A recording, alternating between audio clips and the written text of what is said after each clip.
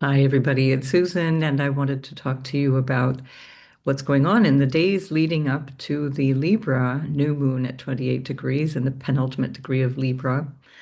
We have quite a lot of aspects before we get to that new moon, so we're going to build up to that. And originally, I had intended to do several different videos about each aspect, but then as I was trying to separate them out from each other, it was really, really difficult. So, um, if you've been watching me for any amount of time, you'll realize that cookie cutter astrology really just doesn't do astrology any justice. And when we pick apart things and put them in isolation, we miss so much of the details. And ideally, if you're getting serious about astrology, you should always be looking at the whole chart and all of the different elements that contribute to the chart to try and understand what that actually represents, rather than just pulling out one planet and saying this is what that's going to be. Now, for slower moving planets, we can take them a little bit more at face value because they do move so slowly, and they do have a generational quality and a long-term impact. But certainly for the faster moving aspects, you really do need to take into account all the different players and what's going on at the same time. So what's interesting about this moment in time as we build, I'm recording this on the 16th of October. So Jupiter's day, Jupiter is approaching the 25th degree, so it's just past 24 degrees now in Cancer. And we're in the middle of, or building up to, a really interesting T square, cardinal T square. Cardinal energy is energy of action and starting something. It's initiatory. So there's something that's beginning, and the energy of this new start is going to be quite expansive around this time. And this is something to keep in mind, including everything else that I'm going to describe at this time. So there are a number of different factors here which make these new starts not necessarily enduring. That would be something that requires a little bit more earth energy, and we don't have that.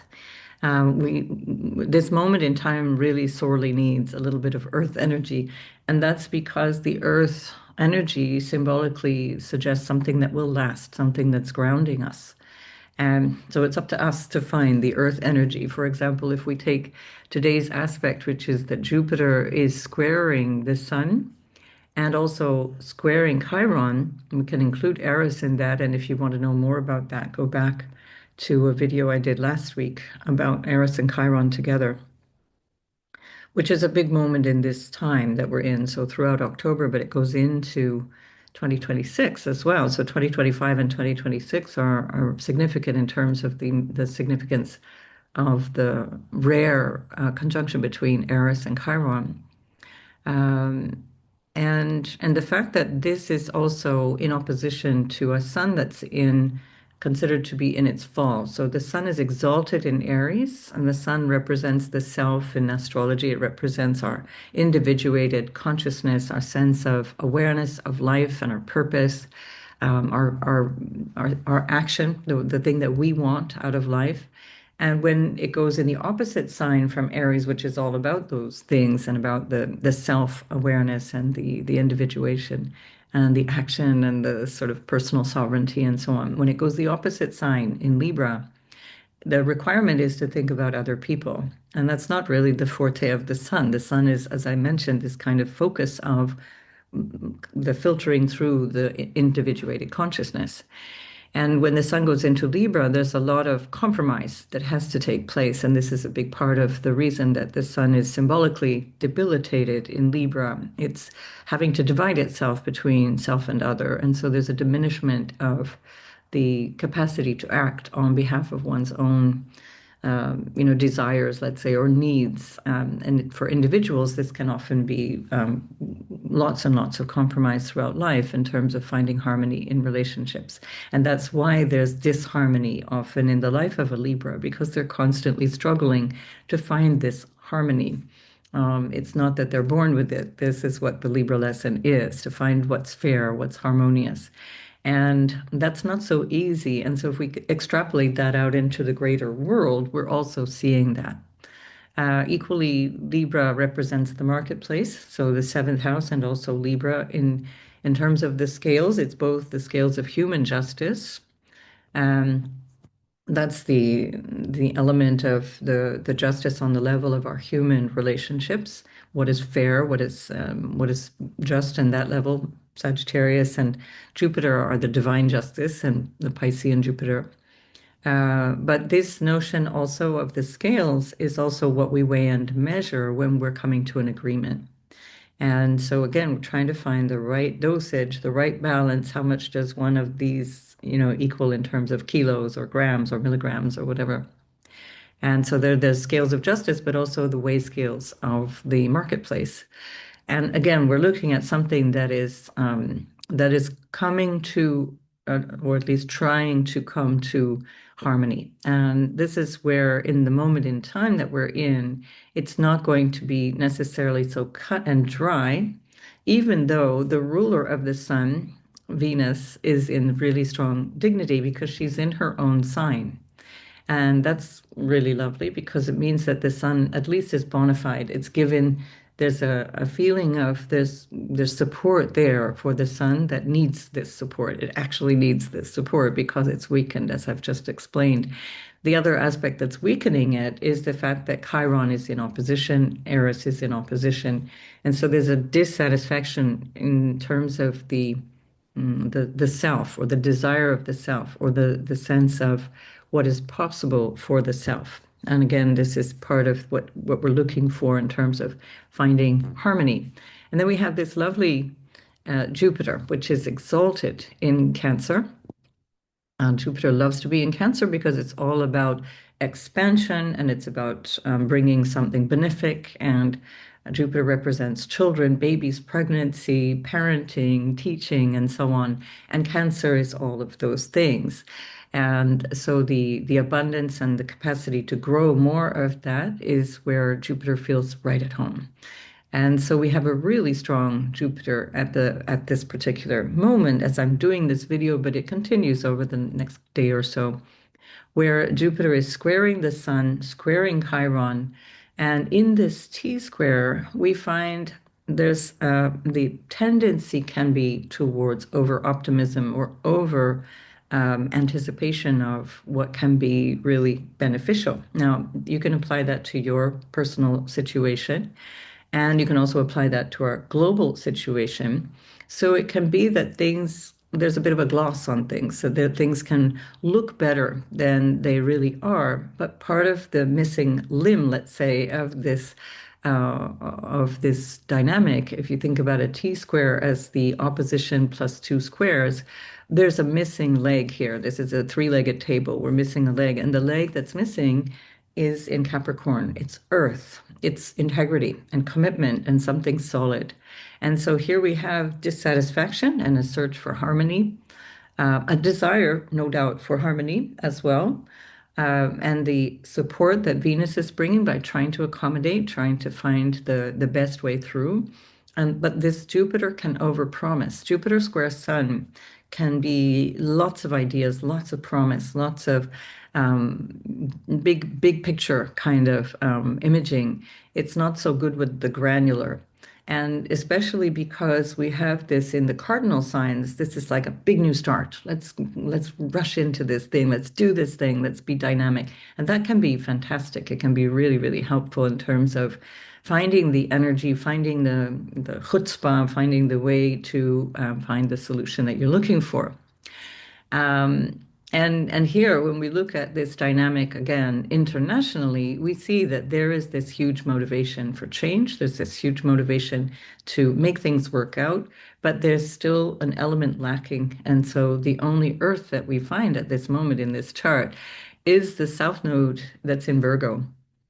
If we come back to, and this is I'm going to just focus in for the moment on the agreement that has been brought about between Israel and Hamas on behalf of Gaza, on behalf of Palestine in general, but especially Gaza.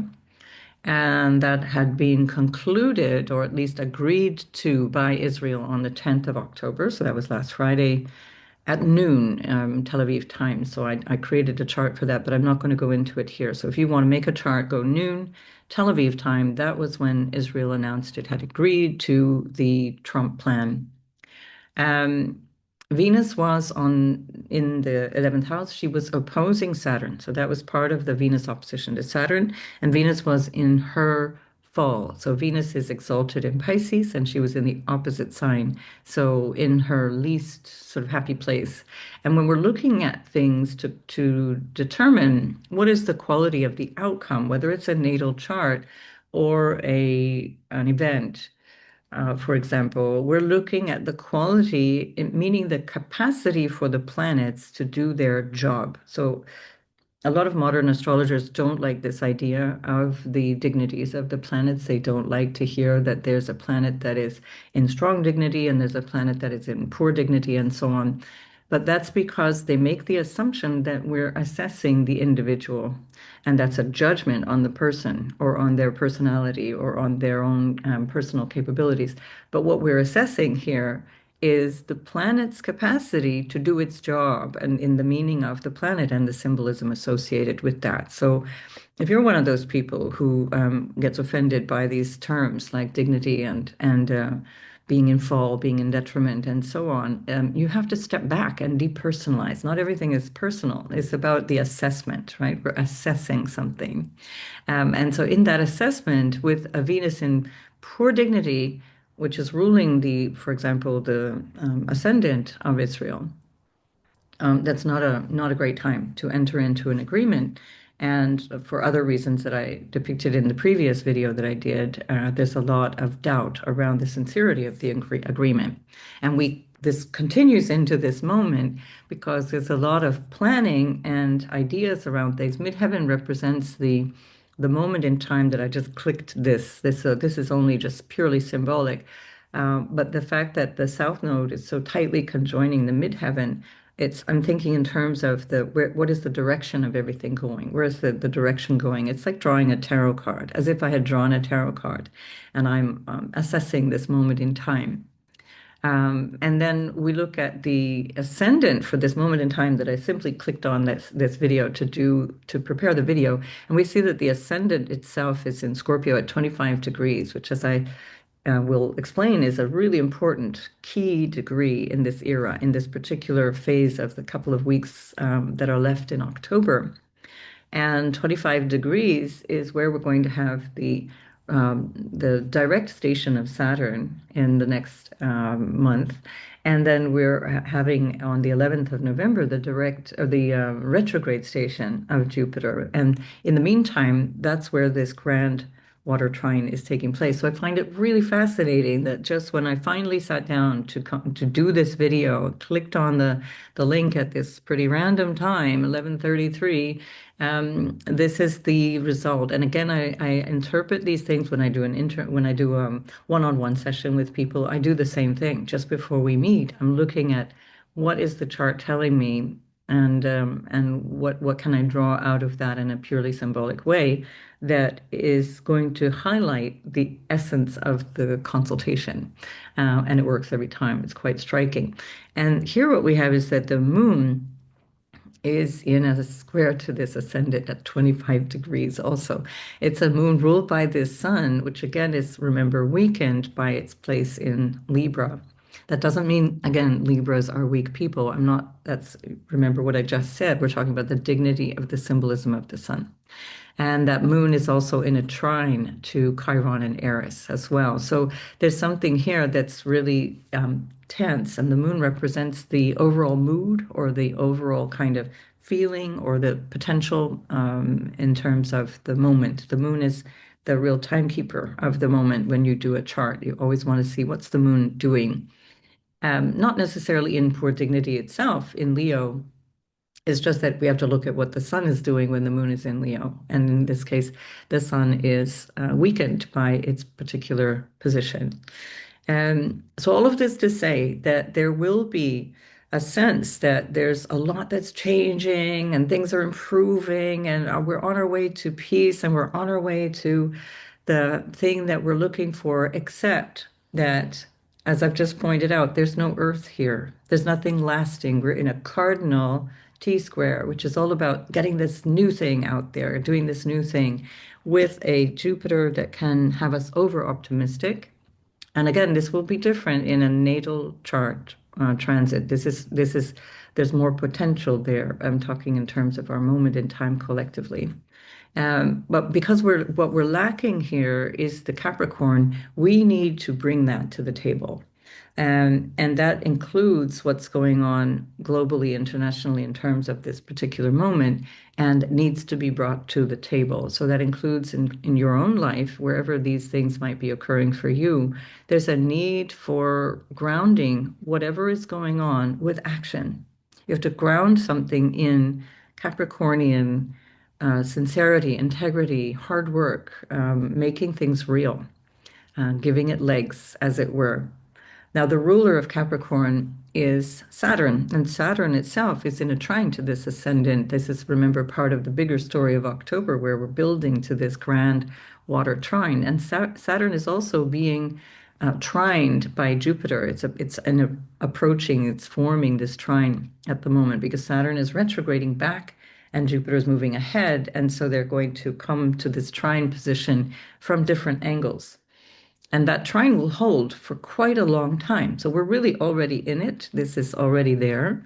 And that will hold from now until really well into the end of November, beginning of December, because Saturn and Jupiter are moving extremely slowly. So all of the outer planets are moving very slowly. Pluto has only just turned around and stationed direct, and that was 2 days before this video.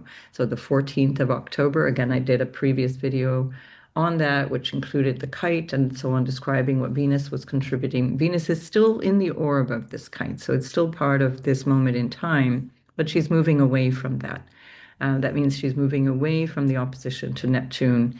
Again, that will, from an interpretive point of view, that will give us more clarity as well, more of a sense of what is doable, let's say, and that you can apply to your own life as well as to the global situation. So this is quite helpful in a way, even though it's losing the grand air trine. We're becoming more clear because of this moving away from the opposition to Neptune, where things can be a little bit more pie in the sky.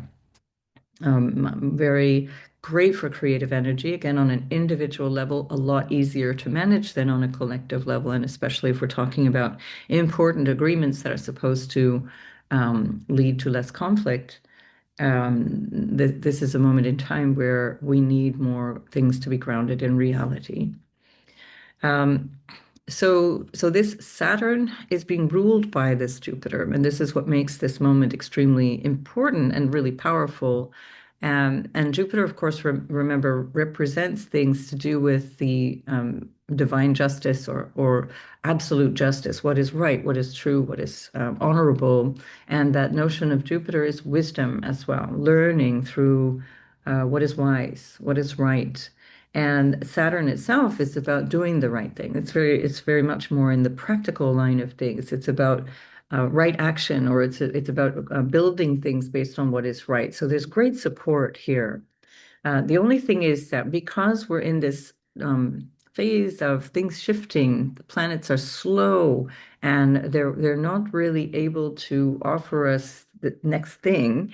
And also because Saturn is retrograde and Jupiter is slowing to retrograde, again, we've got 3 weeks of this position with Jupiter, which is going to be roughly 1 degree away from where it actually will station retrograde on the 11th of November.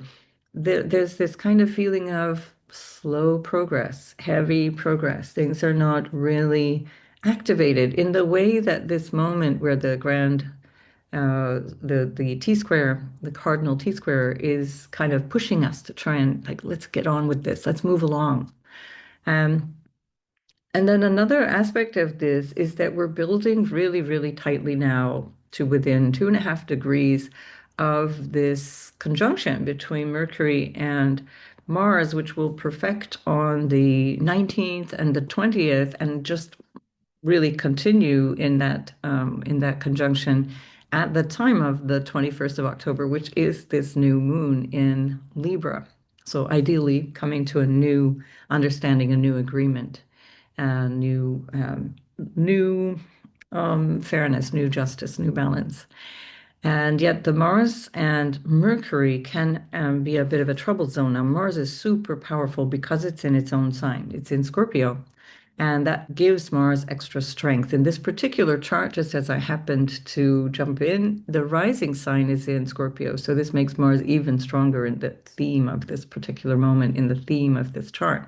And when planets are angular, they're stronger. So we have an angular moon very strong at the top of the chart, squaring the ascendant, and the Mars ruling the ascendant, which makes the whole story of Scorpio even stronger in this time. And even if we take away the ascendant and all of those other things, which is just randomly when I again made this video, started this video, we have this energy that's building of an incredibly sharp, incredibly insightful Mercury-Mars conjunction. So Mars dominates because it's stronger. Mercury is having to play by the rules of Mars. And Mercury, when it's affected by another planet, will take on the energy of that planet. Mercury is sort of neutral. It has no sort of energy of its own. It gets its energy, much like the moon, from the planet that it's sitting next to or from the planet that it's ruling. And this is can be working in favor or out of favor for Mercury, depending on the job that it has to do. And here, if we're talking about agreements and conversations and contracts and things that we want to accomplish together, it's not so easy for Mercury when it's ruled by Mars, because Mars is about separation and taking action and finding the more healing solution. So again, if we're looking at Mercury Mars in terms of fast talk, sharp clarity around the conversation or around the words that need to be spoken, that's great. This works really well. Mercury Mars can be incredibly inventive as well. It's like the engineers of the world. Mercury Mars, it's people who have an incredible sharpness of mental sort of agility that allow them to come up really quickly with ideas and words and responses to things. And again, this lends to this feeling of a response that's coming through. Again, if we think about the current situation and if we reflect that back on the Palestine or Gaza, Israel negotiations and attempt at peace, we see that this is, of course, turning around war. Mars is all about war, and especially Mars in Scorpio is this kind of more strategic, behind the scenes, long-term, planning around the war situation. Mars is fixed. It's very strong. And it's a fixed Mars working with the cardinal energy that is trying to resolve this issue. But a fixed Mars suggests, again, that this will go on. It's going to last. There's nothing that is temporary about this situation. It's going to endure. And so, again, you'll hear it in the previous video as well, where I pointed out that in terms of the negotiations around the peace deal, things are not set up here to resolve this situation. Things will actually continue in some way, shape, or form for quite some time to come. And I think at the very least, we're looking at things to continue until Saturn moves with Neptune into Aries, and we will probably have more of this kind of a situation of lack of clarity and a bit of a quagmire after the agreement was made on the 10th. We had Venus in opposition with Saturn, and at that time on the 11th was perfecting, but that was already approaching the opposition. And then on the Saturday, the 11th was perfecting, and by that time already, Israel had already broken the ceasefire. And as I mentioned in the previous video, that is what happens. Israel has never upheld a ceasefire that it has agreed to. And I'm just showing you now astrologically why I think this is going to continue to be the situation that we're in. So it does a lot to show. If we come to let's see what's coming up here. I will just for the moment leave the new moon chart and I will come to the Israel chart, and we'll take Israel into the middle, and we put this whole dynamic on as a transit to Israel. We see that there's quite a lot here at play for Israel today, that is this part of this T-square where the sun is on the ascendant and opposing Chiron and Eris.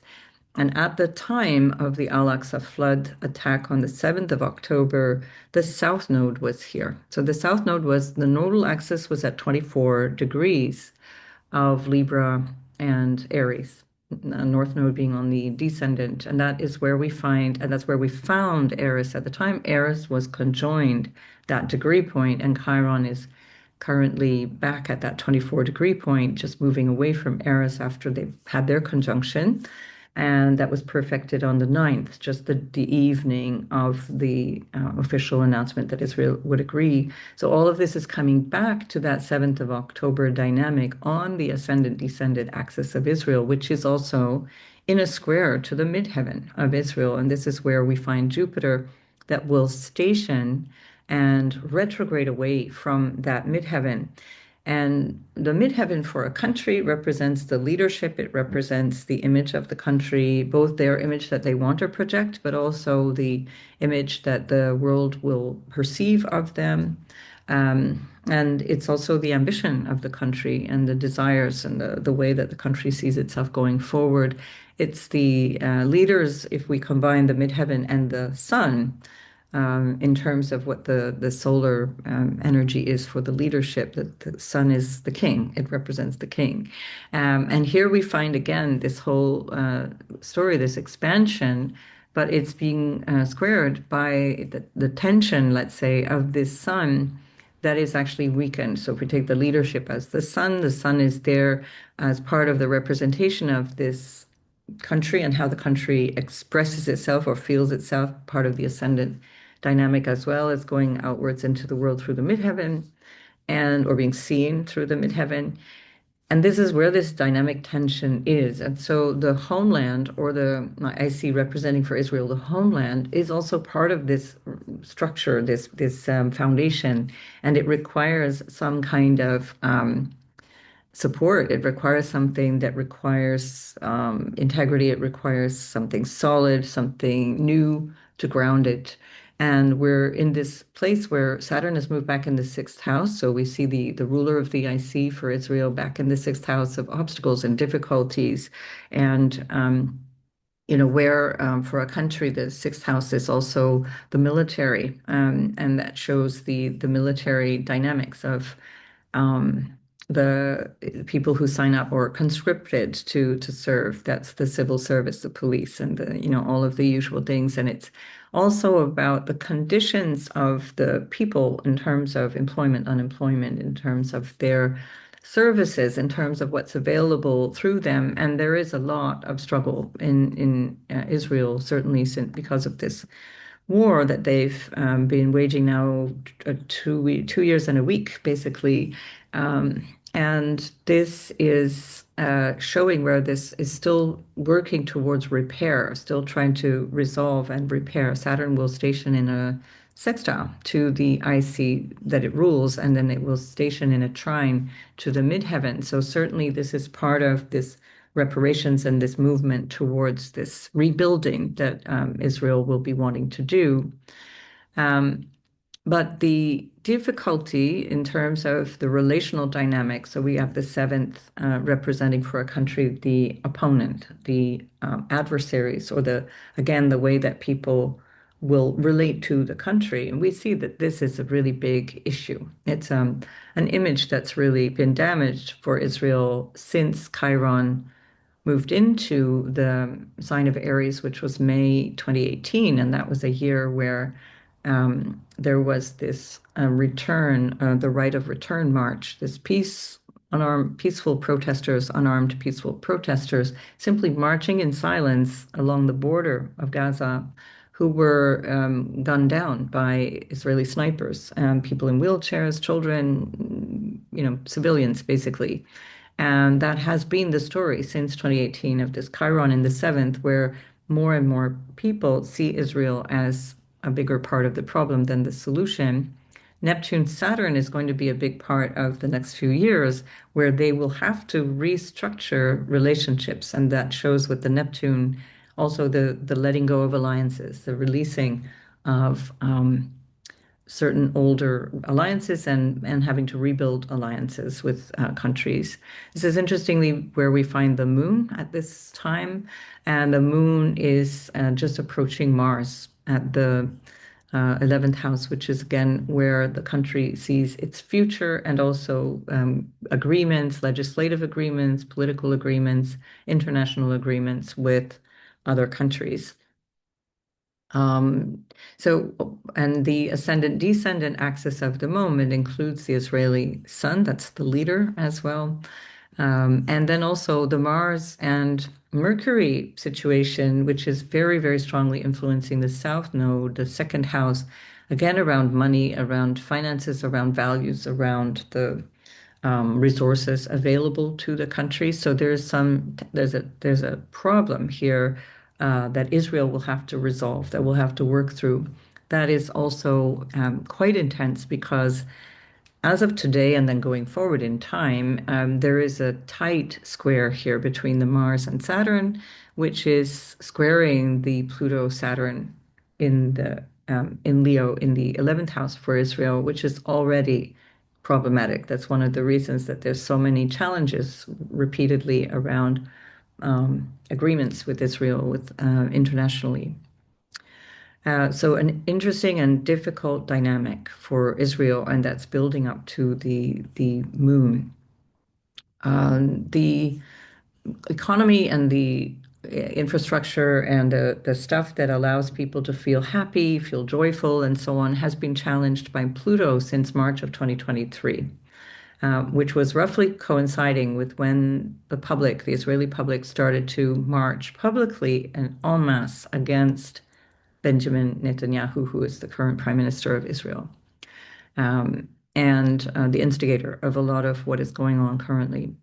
And here we find Pluto going now direct, and it's moving deeper into the fifth house. And that Pluto is in 2026 finally going to perfect the opposition with the moon, which it has been building over the last year or year and a half.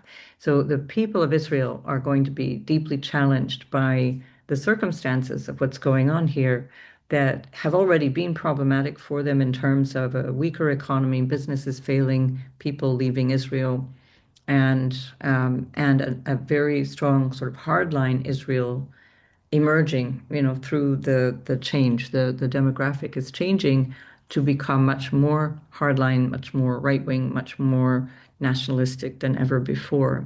So a really big social change that can be expected around this time, that we can see that this is again a snapshot of something that is going to perpetuate for a much longer time as we're looking at a Mars, very strong Mars in its own sign, that is going to be conjoining Mercury. Let's just go back to Mercury conjunct Mars in Scorpio. The first time is conjoining at 19 degrees, then it continues into 20 degrees, and then again it continues and separates at 21 degrees, which is the Chiron for Israel. So this is going to be a difficult time financially. It's going to be a difficult time morally.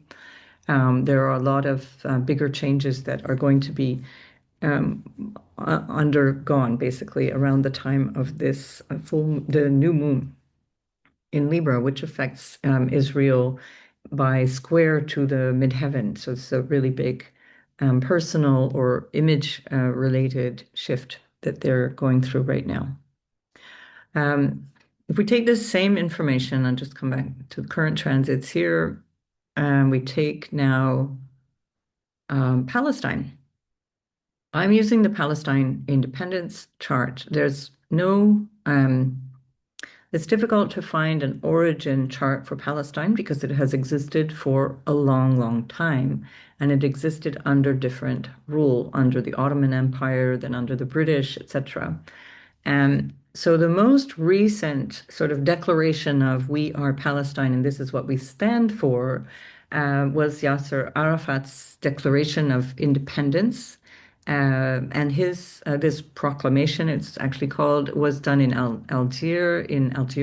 The capital of Algeria is Alger, so Algiers, and that was done on the 15th of November. Again, high sort of Scorpio season, 1988. And that was the time considered for that is 40 minutes past midnight. So that brings a lot of interest as well because that chart is also very highly aspected by events right now. And just as I'm doing this video, it's telling a big story about this whole dynamic as well. So here what we have is the sun moving through the third house where they do have their Venus natally. And there's also a sun on the IC. So we see also the importance of the leadership determining the people, let's say, or the land, the homeland, and so on.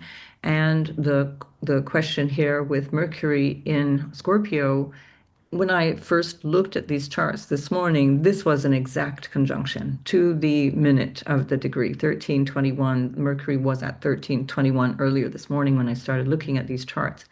And it still holds. It's still within 40 arc minutes of a conjunction, which is again telling us something as if I were drawing a tarot card. It's like, okay, this is the big story here. Mercury rules the second house, south node, currently, and in terms of the original chart for Palestine, where we see that there was a lot of compromise in terms of this agreement, their proclamation of independence and even the agreements of the Oslo Accords that came 5 years later show an immense amount of compromise that was necessary to come to an agreement, but it meant that they had to recognize the loss of about 80% of their traditional homeland and agreed to that. And even in terms of the Oslo Accords, they have lost since that time even more land over the last 30 plus years. So there's compromise after compromise and loss and a difficulty, a feeling of being pressurized, and that's coming also with the Pluto and Mercury. So they're also a part of the Saturn-Neptune movement through 1989. And that included in 1990 the conjunction with Uranus as well. So Uranus, through many of you born in 89, 90, will have Uranus and Saturn and Neptune all in Capricorn, which is a phenomenal generational signature, but it also is part of the phenomenal change that the world went through in 1989 and 1990, and that we can include, Russia and the former Soviet Union and so on. So, including, of course, Ukraine, which is part of the former Soviet Union. So this is all part of this dynamic that we're also seeing play out in those countries as well, many, many parts of the world. Uranus is in an exact to within 8 arc minutes of a degree exact trine of the ascendant. So again, it's suggesting that they are literally having to show up in a different way. And then we find today that the moon is about to cross the ascendant. So by the time you watch this, certainly by the time I post this, the moon will have been crossing the ascendant. And that includes also Uranus on their natal Jupiter next year, but already had nudged up towards the natal Jupiter and in a square to the ascendant since last year. So Uranus squaring the ascendant is going to repeat itself from November through April. And this is another reason I say that we're not done with this process of trying to find this new way through, because Palestine is having to change its definition of itself as Uranus gets back all the way to 27 degrees. And that is within an orb of the conjunction of the midheaven, but it's very, very precisely going to cross the ascendant in square. That also holds a trine to the moon, which represents the people and the struggle of the people. Sixth house Capricorn moon is a moon in detriment as well. And that's where Pluto has been basically assaulting the people over the last 2 years, basically since mid 2020, well, early 2023, March 2023. And through even the winter of 22, 23, Pluto was on that moon and came back and forth between 23 and 24 before Pluto finally has moved off. But it's still in an orb of conjunction if we do an out of sign conjunction. So all of this to say, we're not done here. This is not the end of the story. There's a lot that is going to have to move through this story until before we can finally resolve it. And I'm sad to say that because, of course, that would be the height of history to be able to see this story resolved. But if we think about Jupiter in the proclamation, over optimistic proclamation of the American administration, this has not resolved peace. This has or it has not brought peace. It has not resolved the tensions. And there is no substance to the agreement. There's no Capricorn. There's no substance. There is a temporary cessation of the violence and the genocide, but which has already been broken. Many people have been killed in the meantime by Israeli forces. And so part of this bigger story is that we're going to have to find that stability, that earth, that grounding, and we're moving into an era of more air and fire. And we're going to have to really work hard to find something solid and grounding. The only real thing that is coming in to ground us as we go forward collectively into this very new phase is Uranus, which goes back into Taurus and changes all the different ways that we've related to what is secure and what feels solid and what feels like something we are familiar with. And again, that comes right through from the 7th of November until the 26th of April. I will do a separate video about that because there's too many other things to talk about there.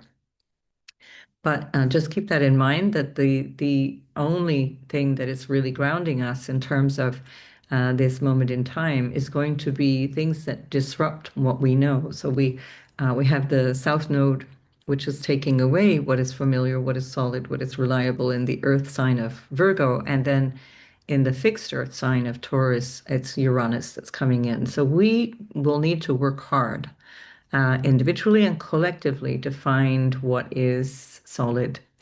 I forgot to mention also the Neptune that is lingering on Mars will come back to Mars with Saturn. And so both Neptune and Saturn have been on the natal Mars of Palestine, which is a strong Mars in the ninth house of ideology and purpose. That would be one way of describing, for example, self um, determination. Mars in the ninth house is the sort of spiritual warrior. I have this idea, I have this vision, I have this plan. But the challenge is the Jupiter in Gemini, which is not in good dignity and retrograding, and is therefore not supported by justice, not supported by what is, underpinning the potential for justice. And that's part of the Palestinian story in a nutshell. Right. So let me come now to this moment where we are going through the dynamic of, hang on just a minute, the new moon in Libra. And the new moon in Libra, as I mentioned, is in the approach to that is very complicated. The energy is very complicated, and in some ways it stays, it remains with us. So we have this same square between Jupiter and Chiron, which is again this expectation, but there's a personal wounding or personal doubt or something we need to overcome. Again, perhaps with reference collectively to our sense of powerlessness or individually, depending on where that is, towards the sense of, am I capable of this? Am I good enough? Am I able to do this thing? And then the sun, which is weak because it's in Libra. Again, as I mentioned in the beginning, so do listen to that if you're not one of those people that listen to those introductions. There's a lot of information in that. And the Libra is also the sun rather in Libra is also with the moon, which means that the moon is invisible. Of course, that the new moon is the dark moon. It's when the moon is covered by the sun, and so that weakens the moon as well. So it's not the best moon, let's say, of the year in terms of both the dignity of the sun and also the strength of the moon itself. So it requires compromise. And so again, that's the meaning of it. It doesn't mean things will be horrible. It requires us to compromise on every level. It requires diplomacy. It requires some way of working through things that will not necessarily meet our our needs or our desires 100%. We have to be philosophical with a Libra new moon. We have to be a little bit, we have to find our way through this. We want to do our best and we want to try our best. And we've got the tools through Venus, which also in Libra wants this to look good. So that's at least one part of it, but the collective situation can also be glossed over in terms of, for example, if I take the example of Gaza once again and the genocide of the last 2 years, the ethnic cleansing of the last 2 years, we're looking at a situation where now all of the great powers that are concerned, the UK and the US and European Union and Israel and so on, they're in a hurry to gloss it over and move on to the next thing. Let's not talk about, like in that Monty Python skit. From the Holy Grail. It's like, let's not bicker and argue about who killed who. And it's the height of absurdity where we are at this moment because we need also to think about the justice. We need also to hold those people accountable. And even the fact that somebody like Tony Blair, who is a war criminal who got the UK involved in the Iraq war based on lies knowingly, um, and who himself, his Tony Blair Institute or Tony Blair Foundation, is very much economically implicated in the regeneration of Gaza without the Palestinians and towards the benefits of the offshore gas drilling and so on that have been eyed up by British Petroleum and all kinds of other Royal Dutch Shell and Standard Oil and so on for many years, many years. We're looking at a situation where things can accelerate with no resolution, with no actual justice. And this is where I think this T square with Jupiter becomes a danger for us, that we get swept up in moving on and trying to make this, let's just make this thing work and we'll forget about, let bygones be bygones, and that we don't acknowledge the suffering. I'm not sure that Mars and Mercury are going to tolerate that. There's a need to talk about the difficulty. That's the Mars Mercury courage in Scorpio. Let me go there. Let me go to the dark places. Let me go to the thing I'm angry about. Let me dig it up and understand it and look at it and talk about it. So this is also because the Jupiter is slow and about to retrograde. I think we're going to have to come back and review all of this again as Saturn also is stationing direct and then coming back through Pisces. We're going to be reviewing all of this for the next several months, certainly until February when when Saturn finally moves into Aries. And then also with Jupiter, it takes, I think, until the 11th of March for Jupiter to finally station direct and come back through this journey. So we're looking really until middle of next year before we actually find out whether justice will be done. And then what is the status of Israel with that Jupiter crossing the point where it is today is going to be part of this bigger question, but will not get its answer until next sort of May, June, July. And that's where we are collectively. Now, individually, there's a lot more that we can do with this. I want to point out that as the moon crosses over the sun after the actual new moon, which is still, by the way, in an opposition to Eris and Chiron, and again, still in the orb of a square to Jupiter, but it's also going to the moon within about 6 hours after the lunation, will move into the early degrees of Scorpio and come right into a square with Pluto. So this new moon, there will be, I think, a revelation. There will be a revelation around this emotional understanding that is the moon that comes into Scorpio, where the moon itself becomes fallen, where the moon is exalted in the opposite sign, Taurus. And again, we look at a fallen moon as a moon that feels like it's discouraged or it's not able to, um, it holds that energy. It's a fixed sign. The moon in Scorpio can hold resentment, can hold a grudge, can hold on to emotions.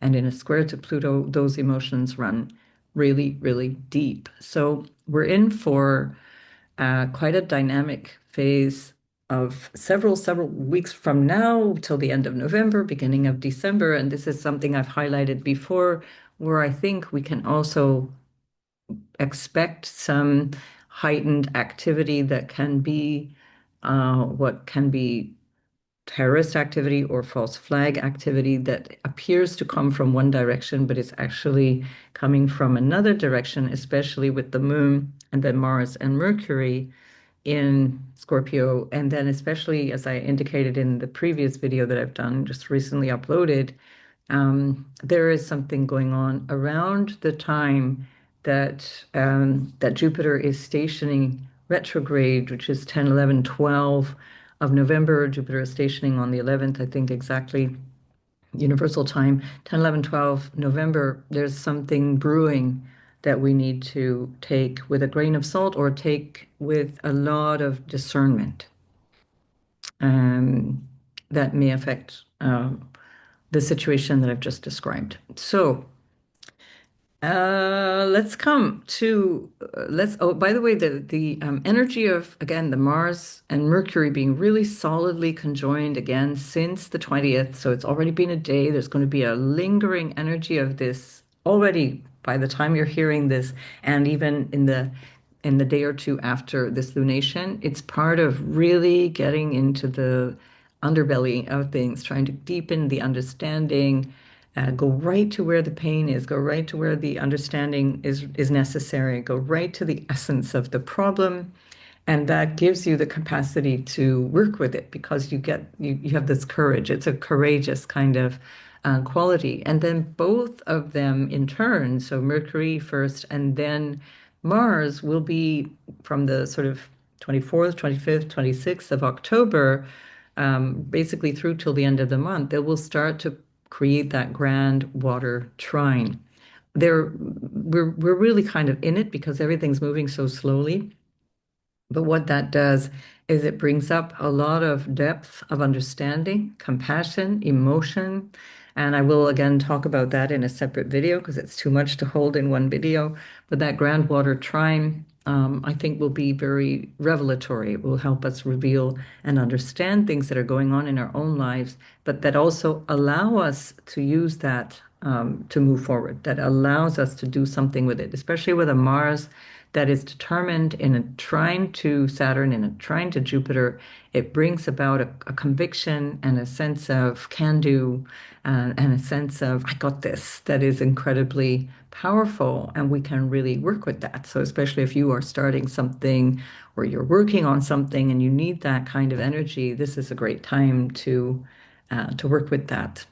Of course, a couple of days after the new moon as well, not just the moon after 6 hours after the lunation, but then the sun 3 days after this lunation moves into a square with Pluto. So again, the intensity starts to increase in the last 10 days of October, in a way where we will also ideally be able to work with that intensity and make something change, make something happen, realize something, work through that with a sense of understanding what needs to change and how do I adjust to that change. And that can also happen in terms of the collective desire for change, where change becomes something that is forced or change, especially with we're looking about Sun squaring Pluto, which is quite a very powerful transformation, especially with a fixed sun ruled by Mars in the same sign. So there's a force for change. Again, potential really strongly for military action to resume and or deepen and or worsen. On all fronts, by the way, because the military action going on between Russia and Ukraine is intensifying as well. And that includes also the US intensifying its participation, which previously was kind of more behind the scenes and now is becoming much more overt. So these are the days that we're in. Let's go and turn to each individual chart, and I'm going to go back a day. I'm going to go back a day simply because otherwise, hang on, I need to get rid of this. I need to go back a day here. No, let me do it, please. Hmm. Because otherwise, why aren't you letting me do this? Okay, let's try it what by hours because I need to get Aries here on the ascendant so we can talk about Aries. So we're just going to jump up because the moon is so close to the end of the sign that if I don't do this backwards, oh, I've missed it now. If I don't do this backwards, we're going to lose our lunation. All right. I think we'll lose it at some point anyway, but okay, fine. We've got now Aries, Sun, and Moon and Ascendant. Let me just take away I'm just going to take away the midheaven and icy, etc., because that just adds a little bit of noise. Um, I forgot to mention also, of course, that we've got Black Moon Lilith with the conjunction of Mars and Mercury, which of course is substantial, and that's really picking up on that energy. I will do that in the separate video where I talk about Mercury Mars coming together and how we can work with that as well psychologically as well, by the way. Um, right. So here we are for Aries, Sun, Moon, and Ascendant. So if this is you, you're ruled by Mars, and Mars is very strong in your eighth house, and it's again with this Mercury at the time of the new moon. So you can work with a lot of really deep, buried psychological stuff. You can work in a way that's extremely healing or extremely antagonizing, depending on how things are going in terms of your relationships. You might find that there is a need to renew relationships. The new moon is happening in your seventh house of relating, and Venus is there trying to harmonize and to develop something new. But you might have to, before you get to that point, hash out some things that require a little bit more of clarity, or they might require a bit more firmness, or they might come through the other party having to stake their territory as well. Either way, it seems that things can work out for you. Your ruler is very strong. Venus is very strong in your seventh house. So, supporting you in negotiations and agreements with other people. That can include business, by the way. And so, you do have Uranus in your third house, which is all about the exchanges of all kinds, relating and dynamic exchanges between friends, between extended family, siblings, business partners, business partnerships. Mercury is a bit under the gun with Mars, and Mercury is the ruler of Uranus in your third house. So there may be something that you find needs to be revamped, needs to be dealt with again in a way that works for everybody. But you might have to go through a little bit of challenge before you get there. And don't worry, it's something that you as an Aries can absolutely handle. There can be some new formation or new thing coming through relationship that actually has you needing to either swallow humble pie or work through some stubbornness that may have been there in terms of your own identity or your own way of engaging in relationships. So we do have that Chiron Eris in the first house, and Neptune is there. So there can be something that you're realizing about yourself or only just kind of leaning into where you start to realize, oh, wait, maybe I am needing to compromise a little bit more in terms of relationship and show up in a way that allows in a relationship. This is another Aries quality, which is that there can be such a hyper independence or veering towards selfishness that it's difficult to let the other one in, and so relationships can feel a bit like a battlefield. So if that's the case, then you do have this opportunity then to really put things to rights, to say things powerfully and clearly, to decide also who shares what with whom and how much. And this is also about building trust. And it can be trust around money, trust around like shared resources of all kinds. Um, Issues that come through inheritance. If there is anything that's coming through inheritance, this is very possible because Jupiter is in the fourth house of lineage and it's ruling the North Node and Saturn there in the 12th, something to do with what is lost and what can be gained through loss. Again, that's the inheritance part of that, which means that there might be some need to go through um, a dynamic of, I don't know, a testing period before you actually receive what is yours to be received. Or there can be something that needs to be negotiated before you can receive that. And that might even include something along the lines of like I don't know, like an insurance payment or something that you receive as compensation for something else. If this is to do with client relationships, then you might need to be firm, have firm boundaries with clients, where you might, for example, need to adjust your terms and conditions with clients if there's anything to do with like payment dynamics or even your schedule, for example, like you here your South Node is moving through your sixth house of how you use your time and your everyday experience. And so with that South Node there, you might be realizing that you're wasting time in the way that you do business with people or the way that you receive clients or the way that you're working with certain people. And now you have to restructure that. And this is a good time to do that, especially as you're going to be really forced to do that when Saturn moves back into your first house. So you already had a taste of that in June, July, August.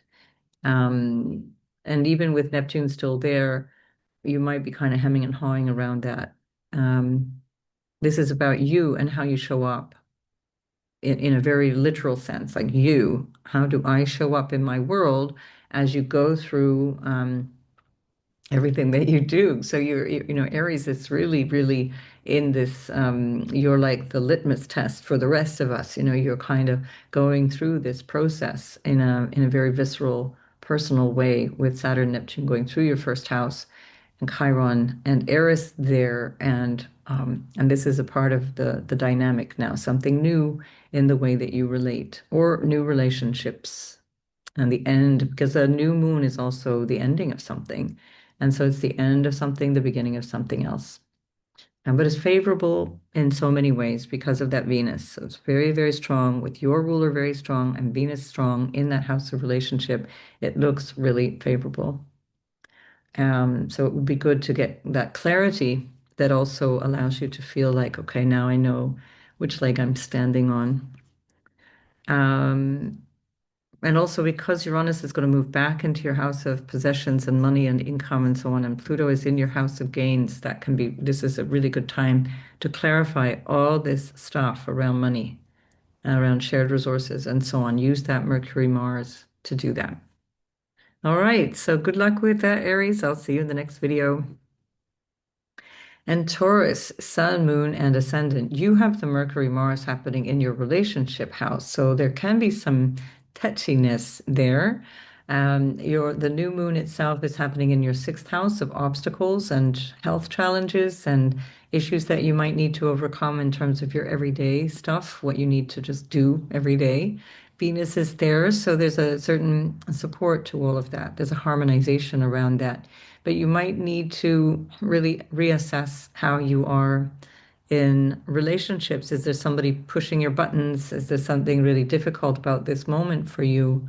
And how do you need to resolve that? Well, one of the things that you really must do is talk about it and kind of get down to brass tacks and figure out what the dynamic is that needs to be resolved. You're supported by Jupiter being in that third house of communication, and in really strong dignity. So there can be a real favorable opportunity for you to do so and to really talk about what needs to be spoken about. Venus in the sixth house also can help through understanding or improving health conditions or issues around health that allow you to feel ready because that's your ruler. It's like saying you're there in the sixth house. You feel ready to handle, ready to deal with these issues that are coming up, whether it's a health struggle or a day-to-day organizational thing. Basically, it looks like people are on your side, people are there to help you. And you can maybe part of the dynamic for Taurus, which is part of the bigger issue, is can you practice receiving, Taurus, dear Taurus, can you practice receiving help? And can you trust that there is something helpful coming your way? So the Mars and Mercury don't necessarily help you out in the sense that there is this inherent mistrust that Taurus is always working towards, trying to find stability, trying to find security, but it comes through the lens of mistrust. So there is something that needs to be spoken about, be more open and clear, lay down the rules, lay down the boundaries, for example, especially as we're here with the Mercury-Mars and Black Moon Lilith at the same time, coming together in your house of relationship. So you notice that the new moon itself is on the 21st of October, but we're looking at the day before. So everything I'm describing really does apply to the day before and the day of. So we're looking at sort of Sunday, Monday, no, sorry, Monday, Tuesday. I think I said Sunday, Monday in the introduction, so I have to correct that. So it's actually happening on a Tuesday. So as we are looking at the energy of this dynamic, really what it boils down to is to find grace and ease in your health, in your day-to-day life, in your sense of what's possible for you. You might need to reestablish constructive relationships and or establish new constructive relationships to help you with whatever is going on here. And that can be including a relationship to your own health or your own work, meaning how do I do my job? How do I work? Do I like my job? Or to your day-to-day habits, a new kind of beginning around day-to-day habits. This can go from the most fundamental things like when do I get up, when do I go to bed, and also what do I eat, because there's a part of that factors into our health, of course. That's a major foundation for health.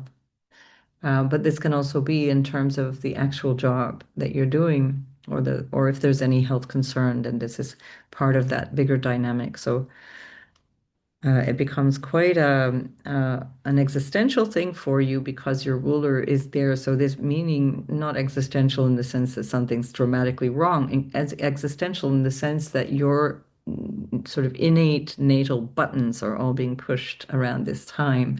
And so it's a really good thing to be conscious of setting a new intention. And that's a new moon. New moons are opportunities to set the new intention. And ideally, because the moon is your exaltation ruler, you want to see the moon in the sky before you actually initiate something. You can set the intentions, keep it for about 2 days, usually 2.5 days. Then you start to see the moon in the sky, and then you take your action. Okay, so good luck with that, Taurus. I'll see you in the next video. Gemini. So for Sun, Moon, and Ascendant in Gemini, your ruler is in the sixth house working hard with Mars. So there's something here that can feel really hard. It can feel like you're working hard, that there's something that needs resolution. You're kind of fully equipped if that's the case, because you do have a lot of energy there that allows you to get down to the brass tacks, as it were, do what is required of you.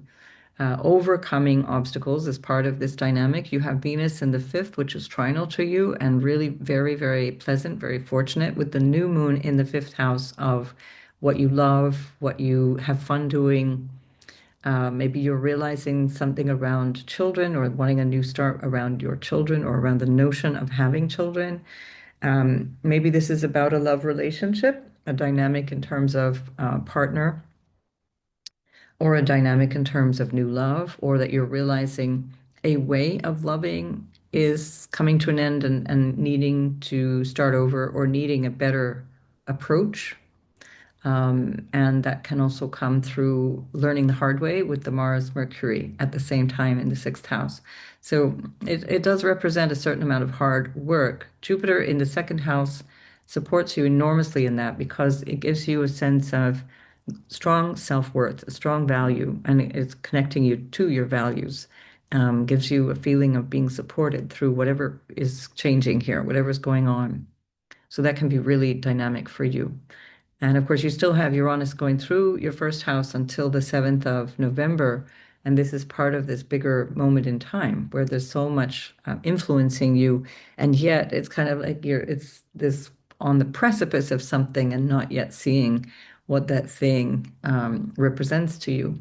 So because your ruler, Mercury, is with Mars, and really dominated in the most literal sense by this Mars in the sixth house of obstacles, do be careful how you verbalize things. Do be careful how you approach colleagues. Be careful how you approach staff.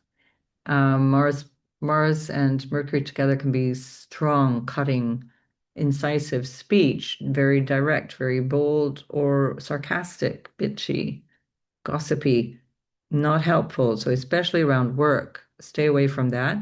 I would suggest also stay away from social media. Take a break. Don't go there.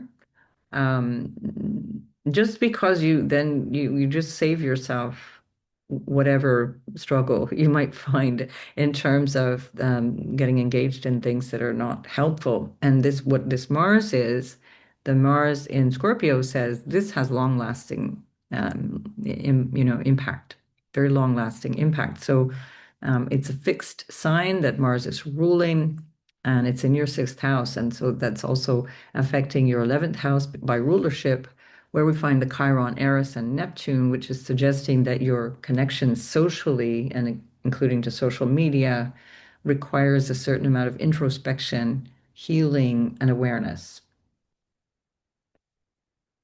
So this could bring you really good results, especially the more that you look inward and the more that you examine your everyday habits and behavior, and especially how you communicate around that.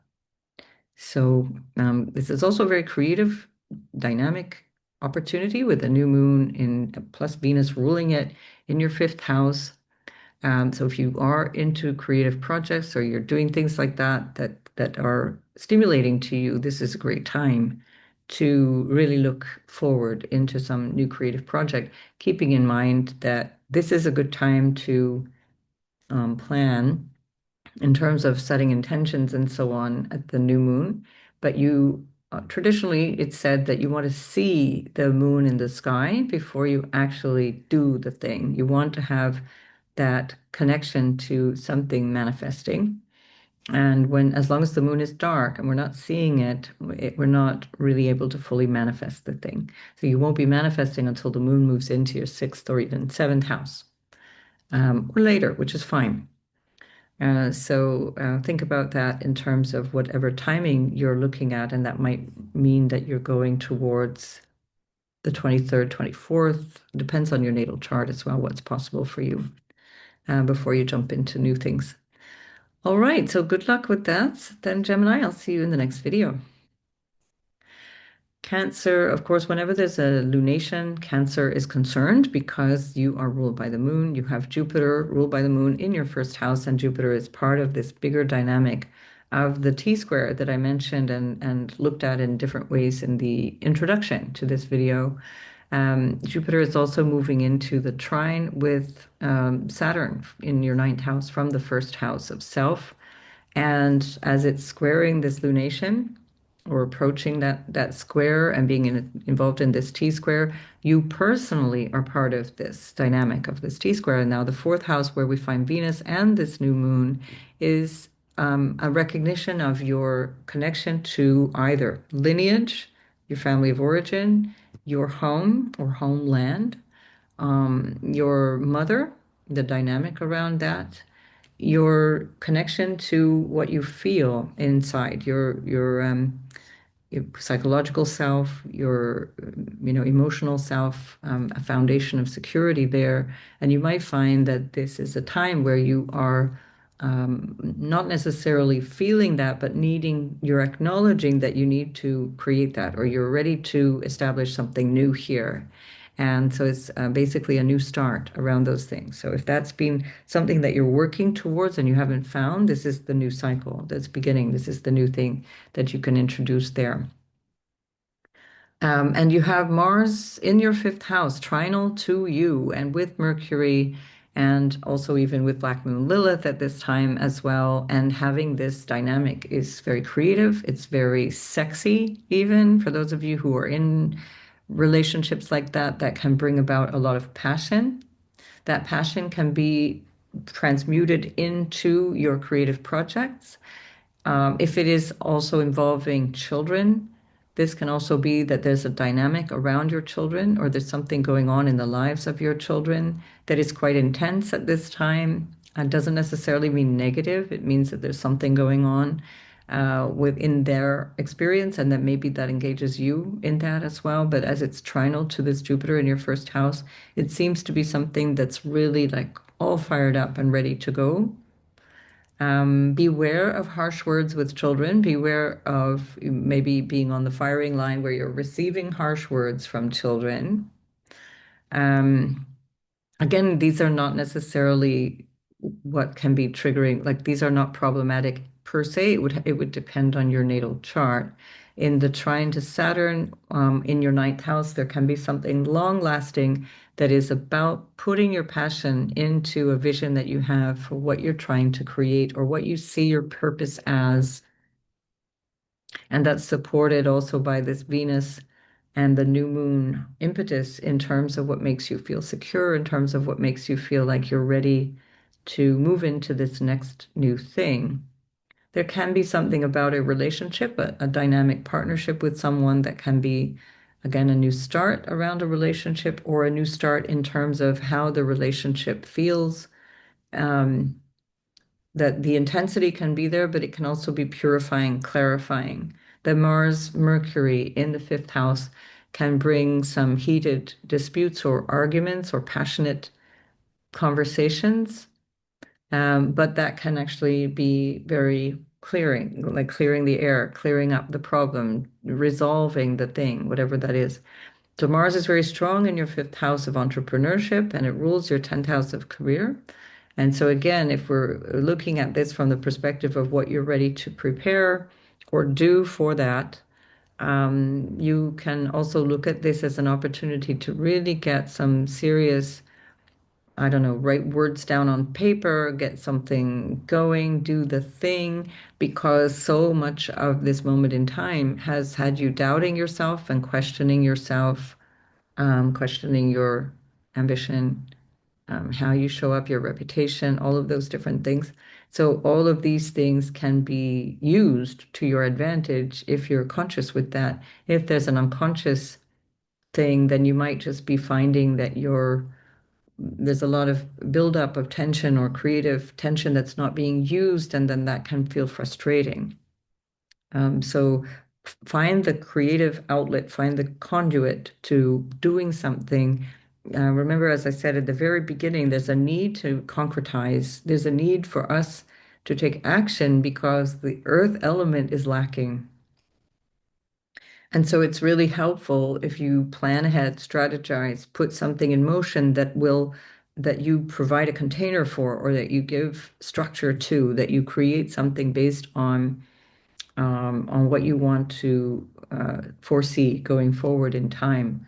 It can remain something a little bit flexible that is not going to necessarily remain in the condition or the shape that you're creating right now. And that's fine. So you're going to learn through it and you're going to create, and then you can later on establish it in a stronger, more lasting, more durable format. So that's also fine. Um, I think that's it, Cancer. So certainly, this is a key moment in time for you, but you do have this somehow protective quality of the Jupiter in your first house. Beware that that Jupiter is also the same Jupiter that can be over optimistic and can have you in um, kind of feeling like it's all going to be fine. Don't worry. And so there's still work to be done. There's still something that needs to be taken seriously, and it needs to be in with the vision. Let's say you're setting yourself up with the vision of what this longer term thing is. Particularly strongly so because part of the trine that I'll talk about in another video is with the Saturn that will go into your 10th house in February with Neptune. So this is where the rubber hits the road, and what you're preparing now is going to be coming out and hopefully building you lasting ambition, lasting success, lasting something, whatever that you're creating, and lasting more durably from from February onwards. All right, so good luck with this, Cancer. I'll see you in the next video.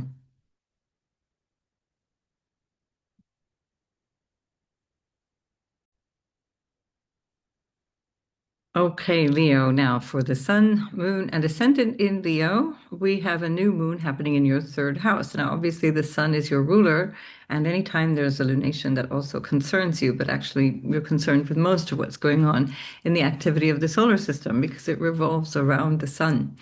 But here we have a new moon in your third house of conversations and connections with people and the way that you coordinate things in your everyday life with the groups of people that are interesting to you or the friends that you meet up or your immediate family or your extended family, your siblings, for example.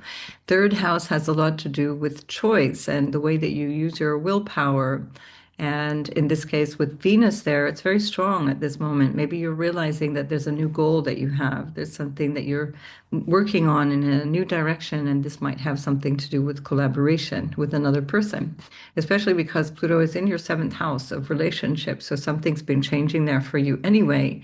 And both, first the moon and then the sun, will be squaring Pluto soon after the lunation. So by 6 hours or so later, the moon will square Pluto from your fourth house of home into your house of relationship. And then day later, roughly, the sun, no, not, it would be 2 days later, the sun will move into a square with Pluto as well. So that would be more likely the 22nd, 23rd of October. And so that's also something that you can consider as you're making whatever this choice is, as you're thinking about whatever this new thing is, this new either adventure with in terms of a business prospect or some new way of collaborating with somebody or some new way of learning something or teaching something. Then as it goes, as both the moon and the sun go into the fourth house, you're thinking in terms of how is this going to establish a sense of security or prosperity or something from me, either internally in terms of my inner psychological self, emotional self, or even the material sense of security, and what this represents. So as you're moving from that dynamic into the thing that is going to be establishing a framework for you, keep that in mind because this is something that is flexible and changing in this energy. And then once it establishes itself, a few days later, it feels like you're going to work with that. You're going to stay with that. So that also implies that there's a square back to you after this lunation, and that might be something that is where you're having to take action because the square represents something that requires new action. And so whatever this choice is that you're making, or whatever this new way of connecting or communicating is, let that support this, whatever the action and choosing and or the way forward, let's say, is that you conceive of in this time. Mars and Mercury in the fourth house also suggests that there can be some disruption, again, in terms of that sense of security or a sense of foundation of your life. Like maybe there's a feeling of I need to do something about where I live. That also can be when the moon squares Pluto, that can be a consideration or something comes up around that. And it's like, okay, this becomes obvious now. And the third house also where the lunation is happening is also representing your neighborhood and where you feel comfortable in your day-to-day life. So maybe that's also part of this, that there's a new dynamic around where you live or even how you get around as well, because that's the third house of all kinds of communications, including transportation and moving around and commuting to work and this kind of thing. So with the Mars Mercury in the fourth house, there might be something that you're really working on to generate a feeling of everyday security or what makes you feel a little more settled. But it's not so easy with Mars and Mercury in the fourth house. There may be something quite literally in the home that's disturbed that requires your attention. That might be like a repair, something that has to be fixed. Given that it's Scorpio, maybe it's pipes, plumbing, something like that. And that requires your attention, but of course that's not going to apply to everyone. But especially it can have something to do with your family of origin or the family you've created, and that there might be something quite emotional going on. Also, because the fourth, eighth, and 12th houses are quite busy for you with important placements at the same time. And those are psychological houses. I've spoken about that in the last couple of videos as well. So this will be an opportunity for you to really dig deep and clear up any areas that might need to be focused in on for now. And that can come through, again, think about issues that might cause a feeling of insecurity or mistrust and work through that, really work on that. Part of the dynamic of the fourth house, well, the fourth, eighth, and 12th, is to recognize where you are working with intuition or not. And especially as the North Node is in the eighth house, part of what will bring trust to you is to work through where you trust yourself. When you trust yourself and you trust your intuition and you trust your inner guidance, you don't, there's no consideration around putting trust in someone else. You don't have to worry about whether that person is trustworthy or not because you're feeling it from the inside. And if this is something that is contributing to a rethinking of relationship, whether that's a business or a love relationship, then this is also important right now to get clear um, that you're building that inner confidence, that inner trust with that Mars, Mercury, and Black Moon Lilith in your fourth house. If something needs to be said and clarified, then this could be a time to be doing that and to find something that gives you a bit of the upper hand where you feel like now you can really assert yourself, assert your ideas, assert your this new thing that you want to see in the dynamic of relationship with this new moon at the penultimate degree there of your third house and ruled by a Venus, which is in the third. So it takes away the edginess in terms of communication. It still allows you to feel like you can connect, even if something has to be said that's difficult, for example. Um, and if there feels like there's something uncomfortable or even unsafe around where you are, where you live, or the circumstances that you find yourself emotionally, this would be a time to take action on that, and you'll find support to take that action. And it's really important that you trust that gut instinct. So, this is the fourth house as well, gut instinct. Be really attuned to that. Um, and it may go against what your mind says or what you think society expects of you, but trust that if things don't feel right to you, whatever this is about, whether it's a relationship or a business move or a job or something like that, if things don't feel right to you, take action and extract yourself. Um, and this can be incredibly powerful for building a foundation in some way if and I mean that in the most literal sense, a foundation meaning maybe a new home, a new place to live, or in the metaphorical sense as well, having a feeling of toughening up or recognizing where you have a lot of courage that you haven't been drawing on or you haven't been able to access. And this is an opportunity to see that and to take new action, again, in terms of your everyday aims or your short-term goals or the things, the projects that you want to get moving on. So the ruler of your fifth house of fun and self-expression and so on is a bit hidden at the moment, although in very strong dignity, happy, very, very strong in Cancer. But the fact that it's in the 12th house suggests that a lot of this expression of happiness is still coming through a deeper interior experience, or it might be coming through a relationship that's hidden, or a dynamic around relationship that's hidden. There may be a new love relationship or a new prospect or a wish for one, and it's something that's not yet materializing, it's not yet revealed. Um, and might need to be again worked through. There may be some difficulties in just in making that more real, making that more permanent.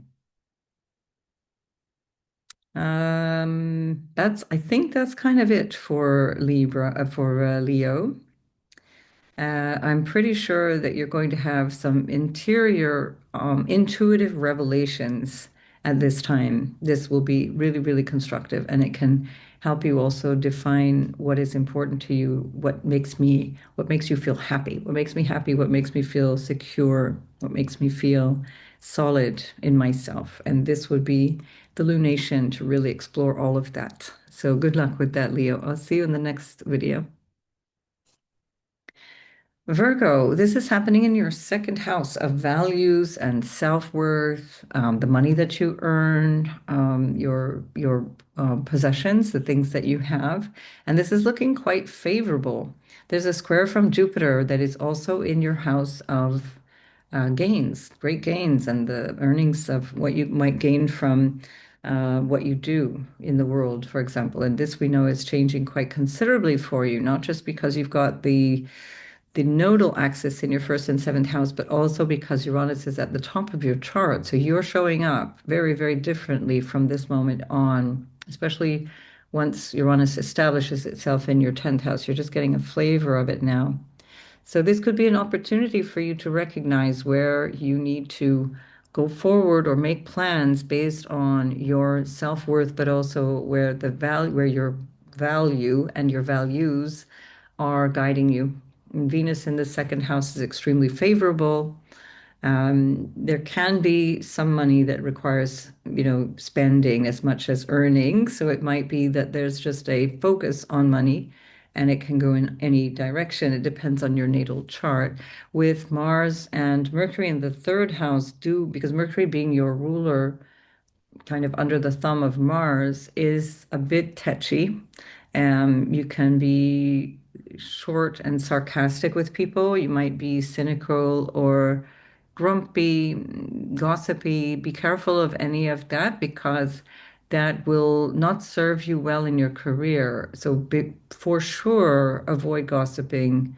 Don't connect to salacious stories of things going on around the office or even politics. Probably better to stay away from that because Mercury rules your 10th house of your hierarchy and your boss, for example, or your social status, as well as ruling your first house of self.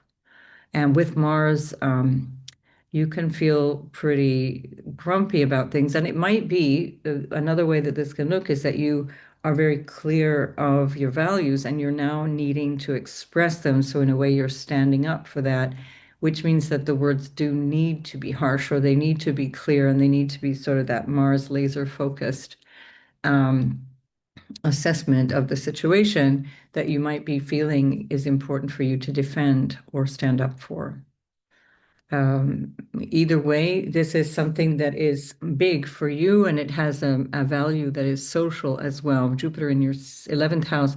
So there's a lot of you, a lot of, since June, really, there's a lot of your attention that's going to social concerns. That can be in the broader picture of society, but also in terms of your smaller local groups of, associations. When I say public and social and all that stuff, it has nothing to do with fame and has everything to do with just how you show up in your local space or in the people who see you, basically.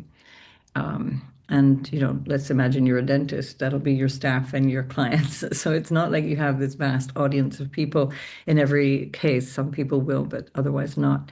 With Mars, Mercury in the third, you might decide that you need to launch something in terms of teaching or communicating something, maybe with a specific goal in mind, especially as Mars is really strong in the third house, which is about goals and about driving your choices, what choices you need to make.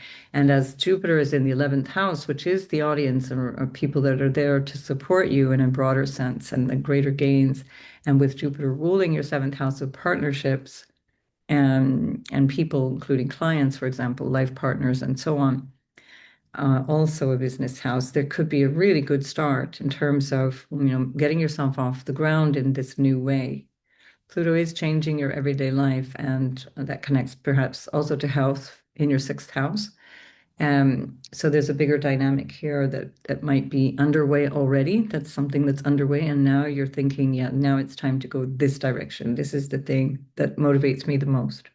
But just the one thing to keep aware of is that there can be some either disputes or issues in conversation if the conversation itself gets too heated or too forceful. There can be, with Mars, Mercury in Scorpio, there can be a sense of needing to control mm, other people through your speech, for example, or control people through arguing or debating them and this kind of thing. So again, if that's something that can bring you closer to your goals, that's great. And if it's just for the sake of being right or the sake of winning an argument, I would definitely try and back away from that because whatever is going on here in this fixed sign can have a lasting impact, and you might have a lot of reparation required around undoing the damage of harsh words that might be exchanged. And this can also be especially true if you're talking about siblings, if it's something to do with brothers, sisters, cousins, extended family in some direction. Right. I've been coughing since the last video. I don't need remedies. I thank everybody very much for the remedies, and especially Virgo, who will no doubt come in and fix the problem whether I want to or not. Um, the farmers in this season locally, they burn their fields to clear the field for the winter. And there's fine particulate matter in the air. And after 30 years of working with natural healing, I have a million different ways of resolving this. It's just that if I'm talking too much, it catches up with me. So thanks, but don't worry about putting all your lovely remedies in the comments. I'll manage. It's just a seasonal thing. So it is what it is. It's not just me. All my neighbors are coughing as well. Um, all right. I think that's it for Virgo. I'm pretty sure we've covered all the bases, and I will definitely be coming back and talking about the groundwater trine for you as well, which is part of how you're moving forward in the weeks ahead. Okay, Virgo, I'll see you in the next video. So Libra, of course, this is your new moon this year. This is a really lovely energy for you to have a sense of personal starting over, or a personal sense of a fresh start, whether it's your sun, moon, or ascendant. And with Venus, your ruler, in the same place, this is going to give you a real sense of personal upliftment, let's say, or a personal comfort zone that doesn't always accompany your new moons. It depends on what Venus is doing at the new moon for you. There is a challenge that can be very strongly related to the other person across the table from you, a person in your life.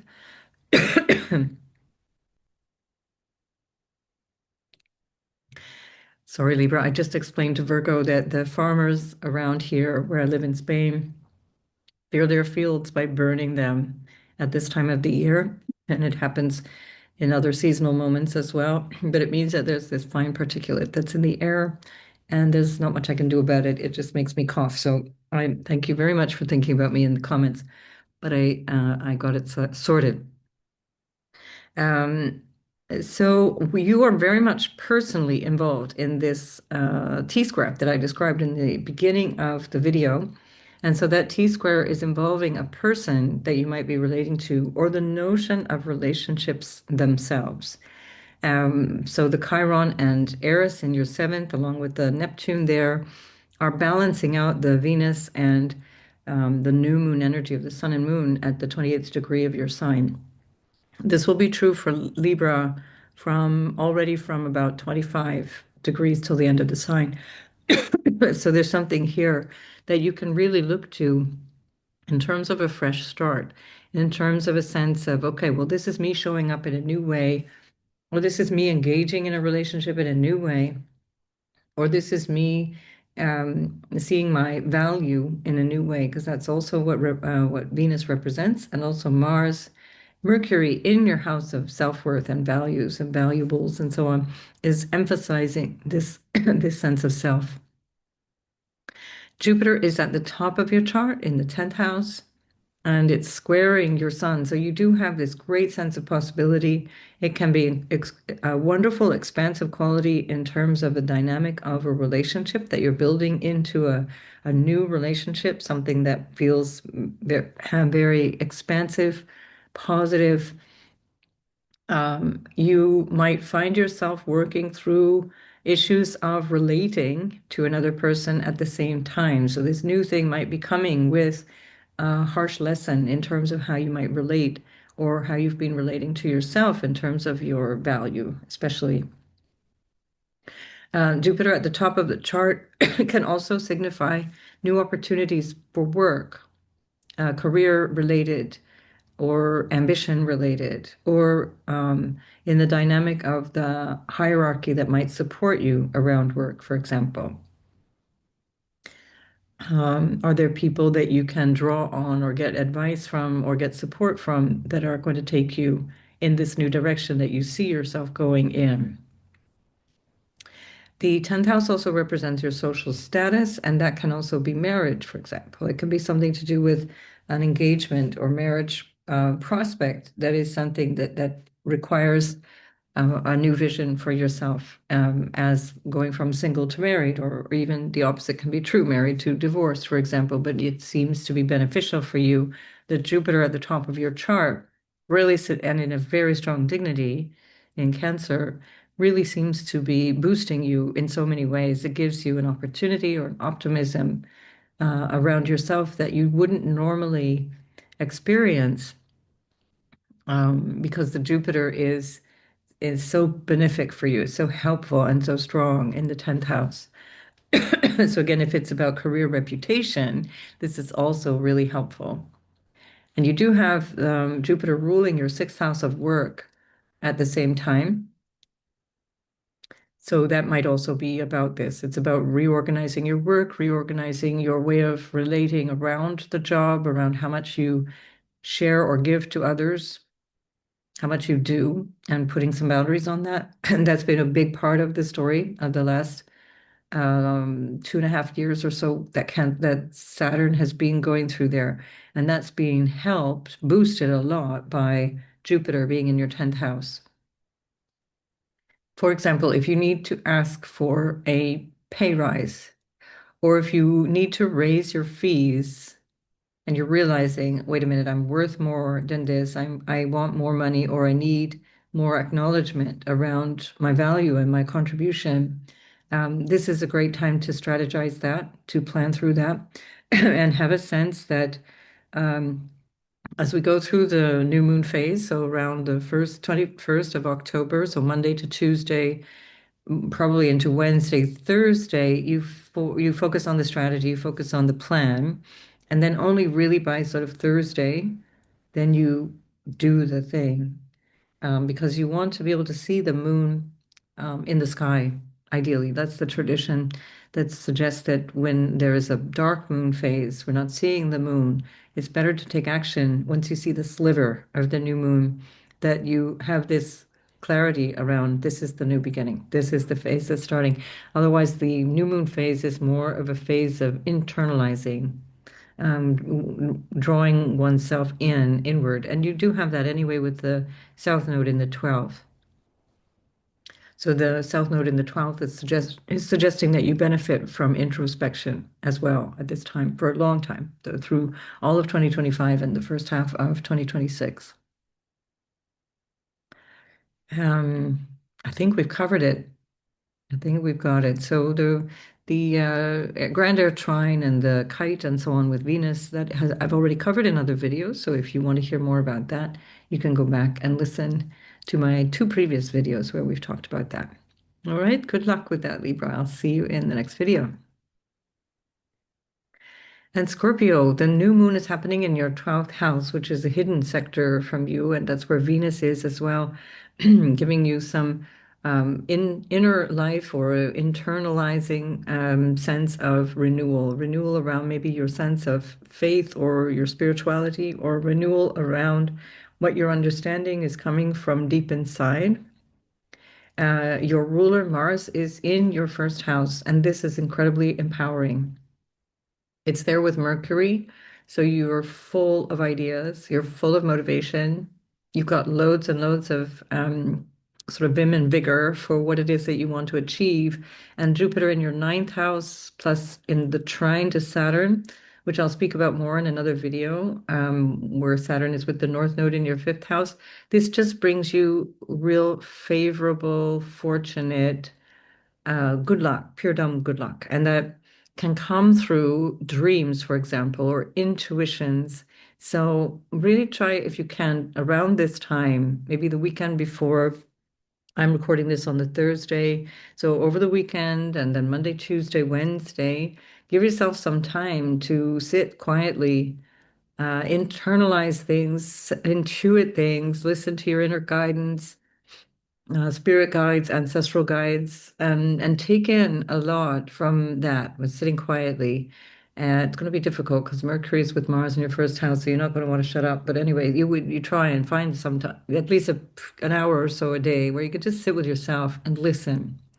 That would be one of the things I would suggest you be careful of, is that the Mercury-Mars in the first house can have you lashing out with fighting words, struggling a little bit in terms of um, maybe feeling a bit touchy in relationships, or feeling that you're maybe thinking of dominating somebody, or feeling the need to dominate. Sorry, I've got this cough that is an environmental thing that I'm dealing with, because the farmers locally to me in Spain just burn their fields, and then the particulate matter that comes off of that just drives me nuts. So I'm fine. It's just that I have to cough every now and then. But um, right. So Scorpio, you are maybe in a situation where you're having to speak up for yourself, or take action for yourself, or act on your behalf in some way. So just measure that. Make sure that it's not coming from a lashing out. Because this can stick with you. It's that fixed energy of the Mars Mercury. You can cause sort of lasting disruptions in relationships, or lasting disruptions in the dynamic, even around work, for example. Mars rules your house of work, and like your place of, uh, pardon me, everyday activity, your habits and things like that. So there's a lot of dynamism in this for you. It's a really wonderful time, but try and come from this place of wanting inner peace. So your inner peace is the guide, or the information that is going to inform what action you want to take. Um, so avoiding that lashing out. And if the because the Sun Moon conjunction is in opposition to Chiron and in a square to Jupiter, you might worry about your everyday situation. There might be something that you need to process around your health, or around your habits every day. And with Jupiter in the ninth house, you're extremely well guided in some way, either by an individual, or by, again, just your wisdom, your natural wisdom. So there's a lot that's working for you right now. It's just that you want to avoid being too aggressive, um, pushing yourself onto others, and certainly not pushing your opinion onto others, this kind of thing. Your modern ruler Pluto is in your fourth house, and that can have there can be quite a lot going on in terms of your unconscious, um, things that might feel disruptive, that might feel like they're kind of shaking your foundations in life. And that has been already true for 2.5 years or so. But just know that sometimes the reaction to that can be so profound with Pluto in the fourth house that you don't know why you have the feeling that you have.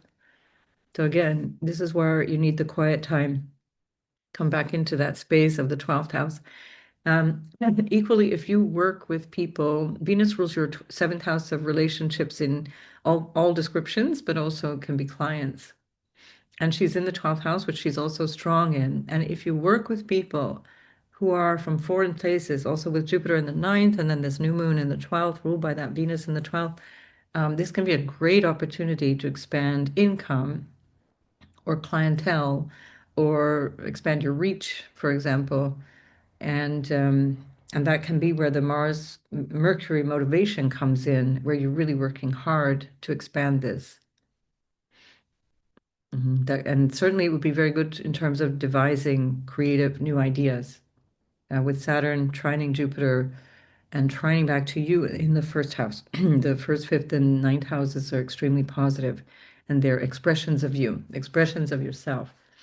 So using that with your ruler in the first house to create a new project, or create a new vision for yourself, and then expanding that reach to foreigners, or people from online situations, or from abroad.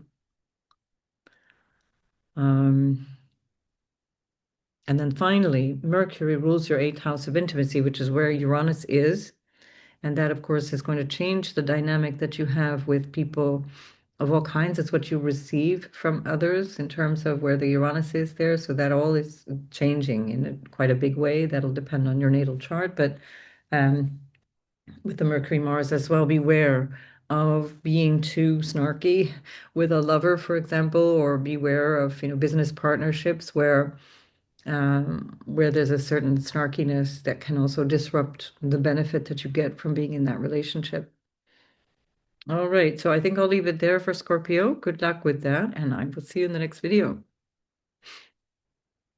So for Sagittarius, Sun, Moon, and Ascendant, this lunation is happening in your 11th house, which is the future. It's the vision that you have for where you're going, where you see yourself going forward, how you connect with groups of people, or how you connect in general with friends.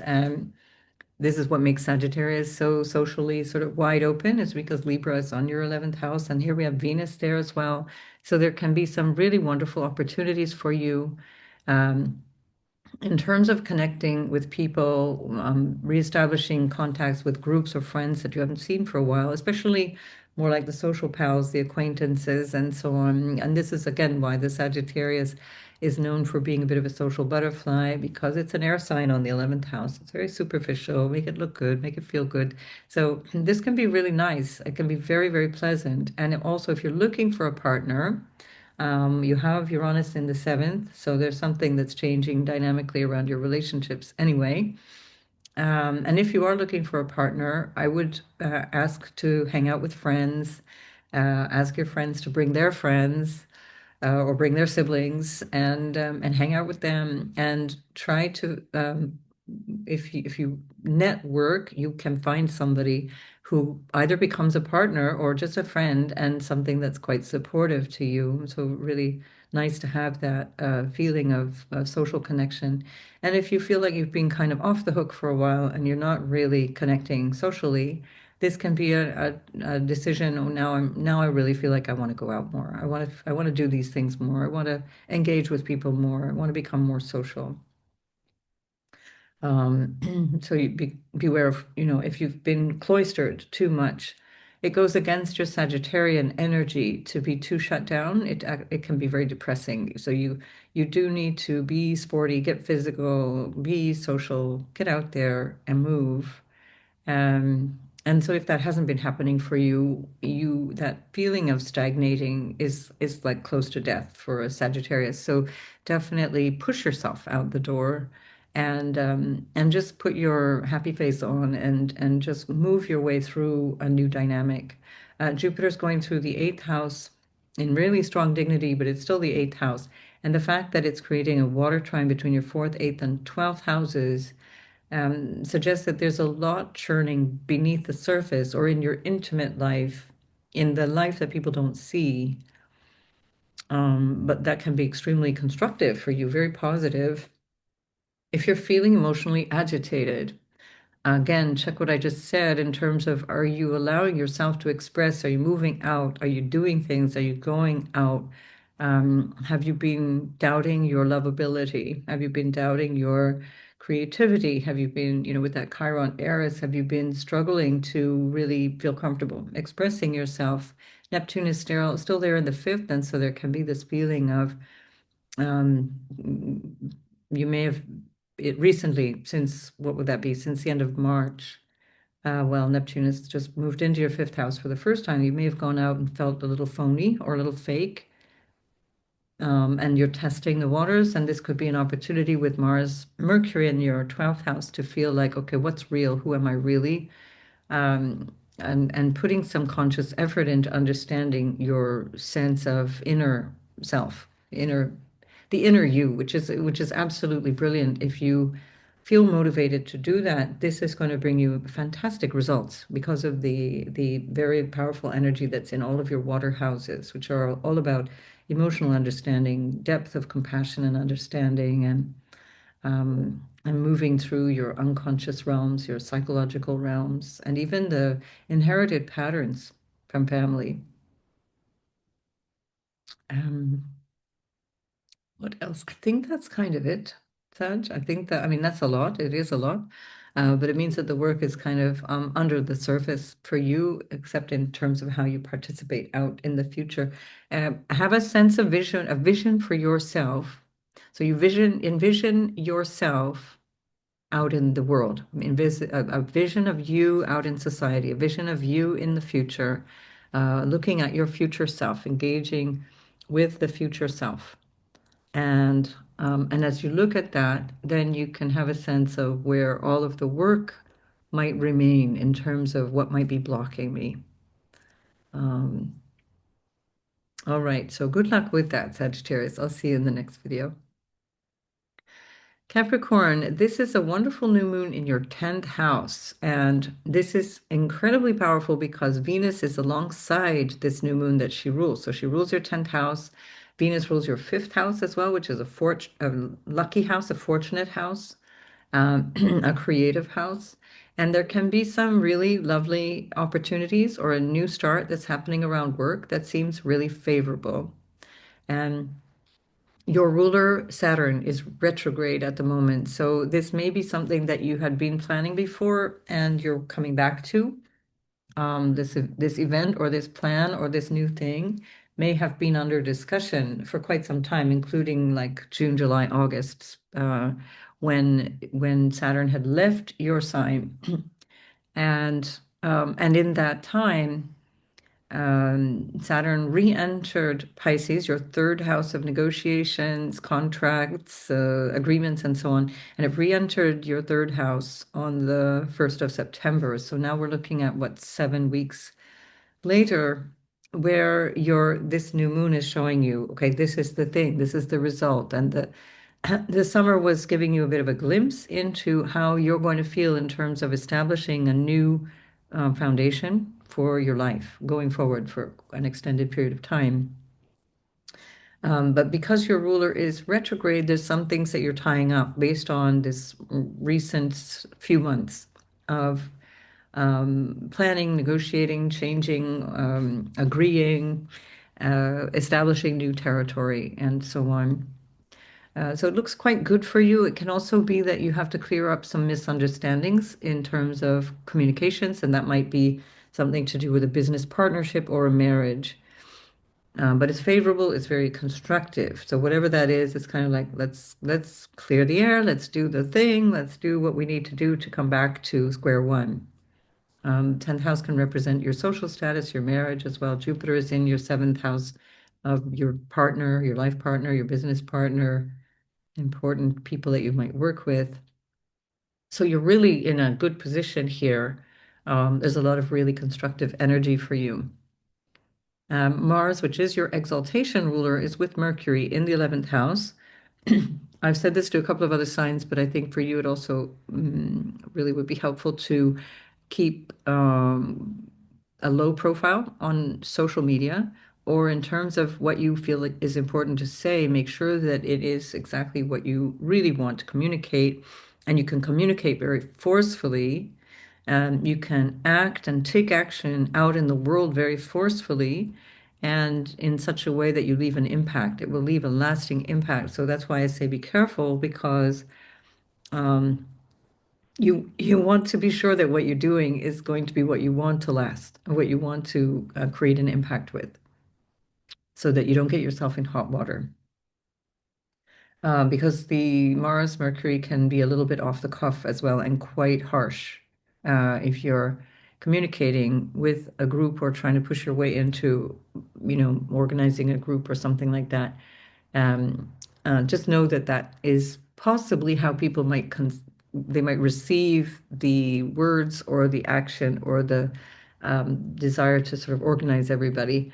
Um, in a negative light. So just be aware of that. And but they will, nonetheless, you can also be very highly appreciated for your bravery and your compassion and your capacity to reach out into this feeling of I need to speak up or I need to do something on behalf of.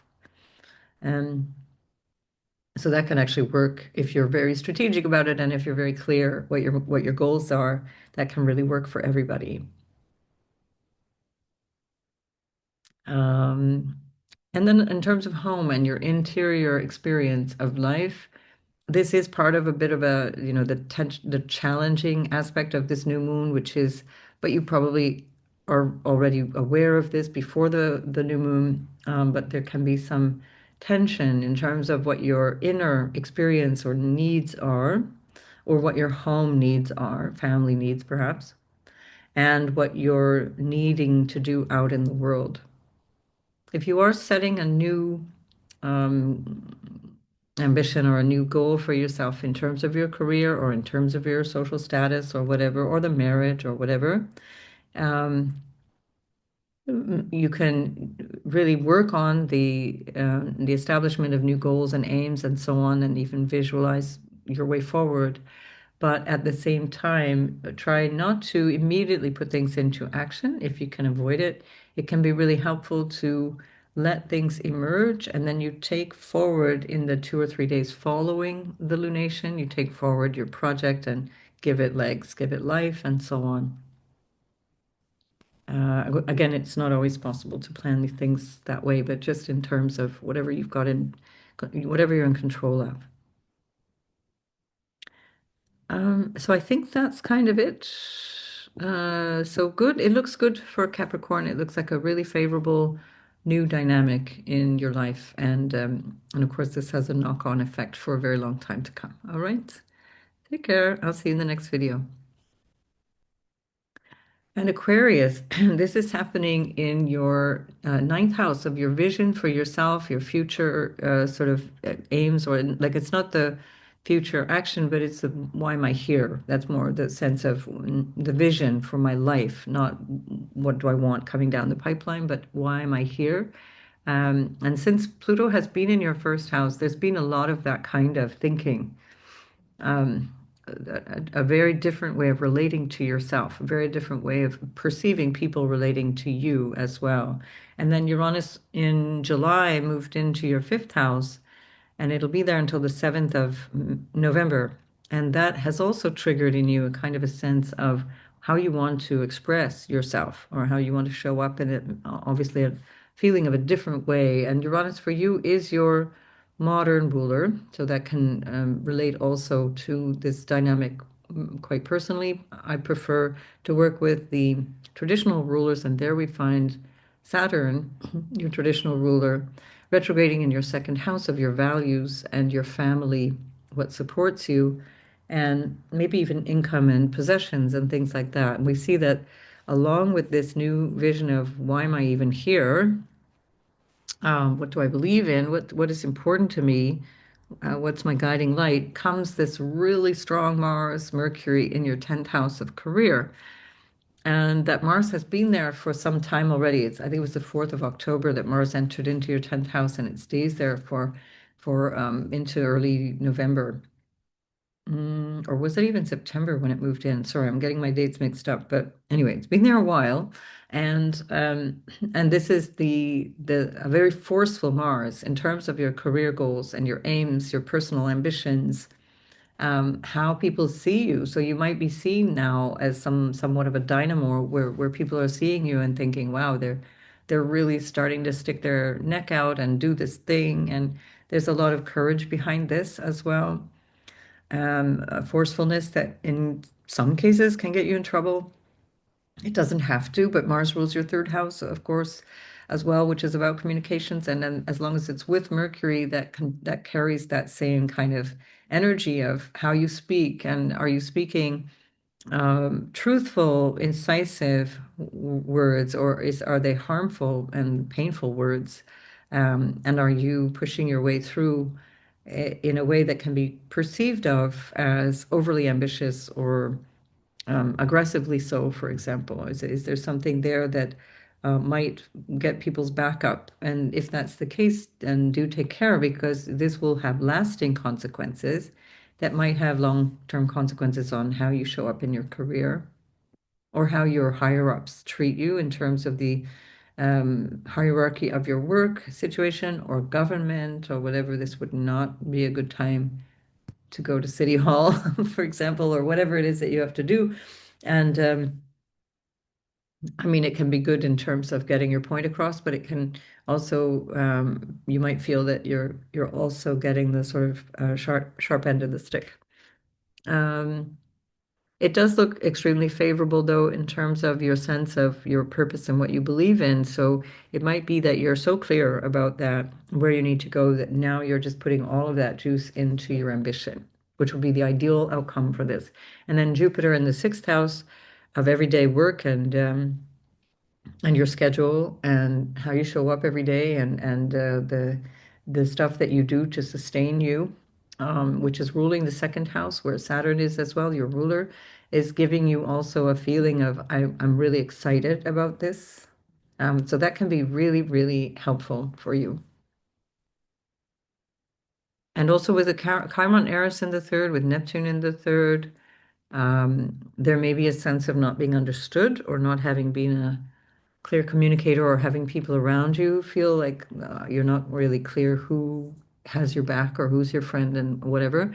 So again, another reason to be extremely thoughtful about how you communicate at this time.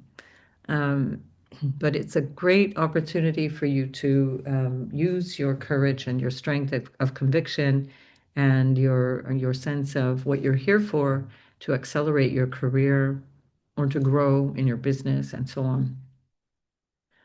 So generally favorable for you because when we've got the sun, moon, and Venus in your ninth house shining back in a trine to you, there's something really helpful there. And the sun is in its joy in the ninth house. It loves being there, so it brings you quite a lot of support in a very general sense. It gives you a lot of higher-minded ideas as well, supported by that Venus. Could be an interesting time to take up studies, for example, or to, if you're a teacher, to plan a new course, plan a new activity that's about practical or higher-minded learning, either way. All right, good luck with that, Aquarius. I'll see you in the next video. So Pisces, this Libra new moon is happening in your eighth house of intimacy and what you share with other people, shared resources as well as shared values and things like that. And Venus is there in the eighth house, as well as Jupiter, your ruler, in your fifth house. So there can be a lot of dynamism around relationships, very constructive, a helpful new start around relationships. There can be some really lovely opportunity that comes through either your partner that is either for them or through them, or it can be around having a new partner. Potentially, Venus is your exaltation ruler, so she works really well for the Pisces energy. She's very favorable, and that's in your, like I said, in your eighth house of intimacy. That can also work in terms of understanding yourself better, understanding the family dynamics, understanding occult dynamics, understanding and desiring to learn new things around the occult, for example, especially because eighth and ninth houses are related to astrology and um, and also with the new moon in the eighth and then Mars really strong with Mercury in the ninth, you might just be all fired up, quite literally fired up about learning something around astrology or tarot or whatever other occult thing, witchcraft, whatever the thing is that you find appealing. Mars Mercury has a lot to say in terms of its belief system, its ideology, its faith. Um, you have a renewed sense of belief and faith, I'd say, as well, with this energy. Can be a renewed conviction around what you have faith in, what you believe in. Jupiter in the fifth, anyway, is super constructive for you, really, really supportive, and that's been all the way through since June, and it continues right through till next June, end of June. So whatever is going on here, there's a general sense of I'm moving ahead, I'm moving in a new direction, I'm moving forward, even if things feel currently a little bit slowed down with Saturn having gone back into your first. But it can be a really good idea in with this in mind to think in terms of, if we look at the new vision that you might have for yourself with the new moon in the eighth house, think in terms of overcoming fears or a new way of looking at intimacy or a new way of looking at yourself from the more psychological self psychological nature of yourself. Uranus is in your fourth house, so that also refers back to that, the psychological foundation of your life, which is shifting. So your relationship to your family of origin or your lineage or your home and homeland, um, it's all changing. And that's going to be even more so after next April. We'll do another video about that. But that can be part of this bigger picture of what do I need to know? What should I learn? What should I understand about myself? Pluto is in the 12th already for 2.5 years. So there's quite a lot of you that has been reflecting on this feeling of what's behind the curtain, as it were, what's behind the eyes. The 12th house can only be understood when the eyes are closed. So it's either that it's your inner experience of self, or it's what is not seen with the eyes. It's stuff happening behind closed doors or far away, or emotionally or psychologically, unconsciously, or with ancestors, with lineage holders, and so on.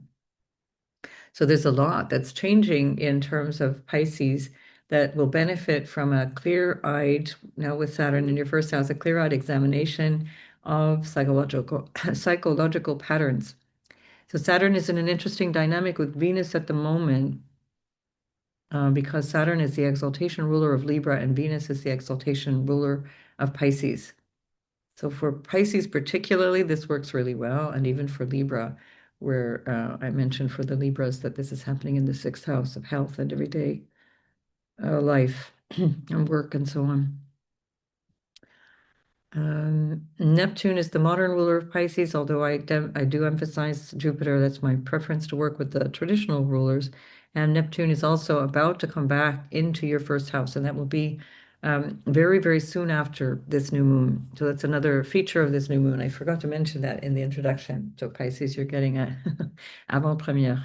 So with Neptune going back in your first house, there's one last glimpse at this dynamic of what you're noticing about what you need, how you need to show up, how you'd like to be seen, recognizing where you might be showing up with the Neptune in the first house, for example. You've been maybe showing up in ways that are working better for other people than they have been for you. And the Saturn Neptune coming back in to the first house are giving you more clarity around your boundaries, giving you more clarity around, or let's say courage, let's say, to show up specifically as you are. And the Jupiter in the fifth adds to that as well. Just lots of yeah, confidence in showing up as you are. So that's a good place to be in there, Pisces.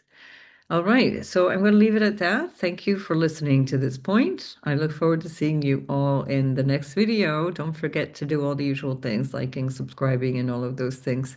And I'll see you soon. Bye-bye.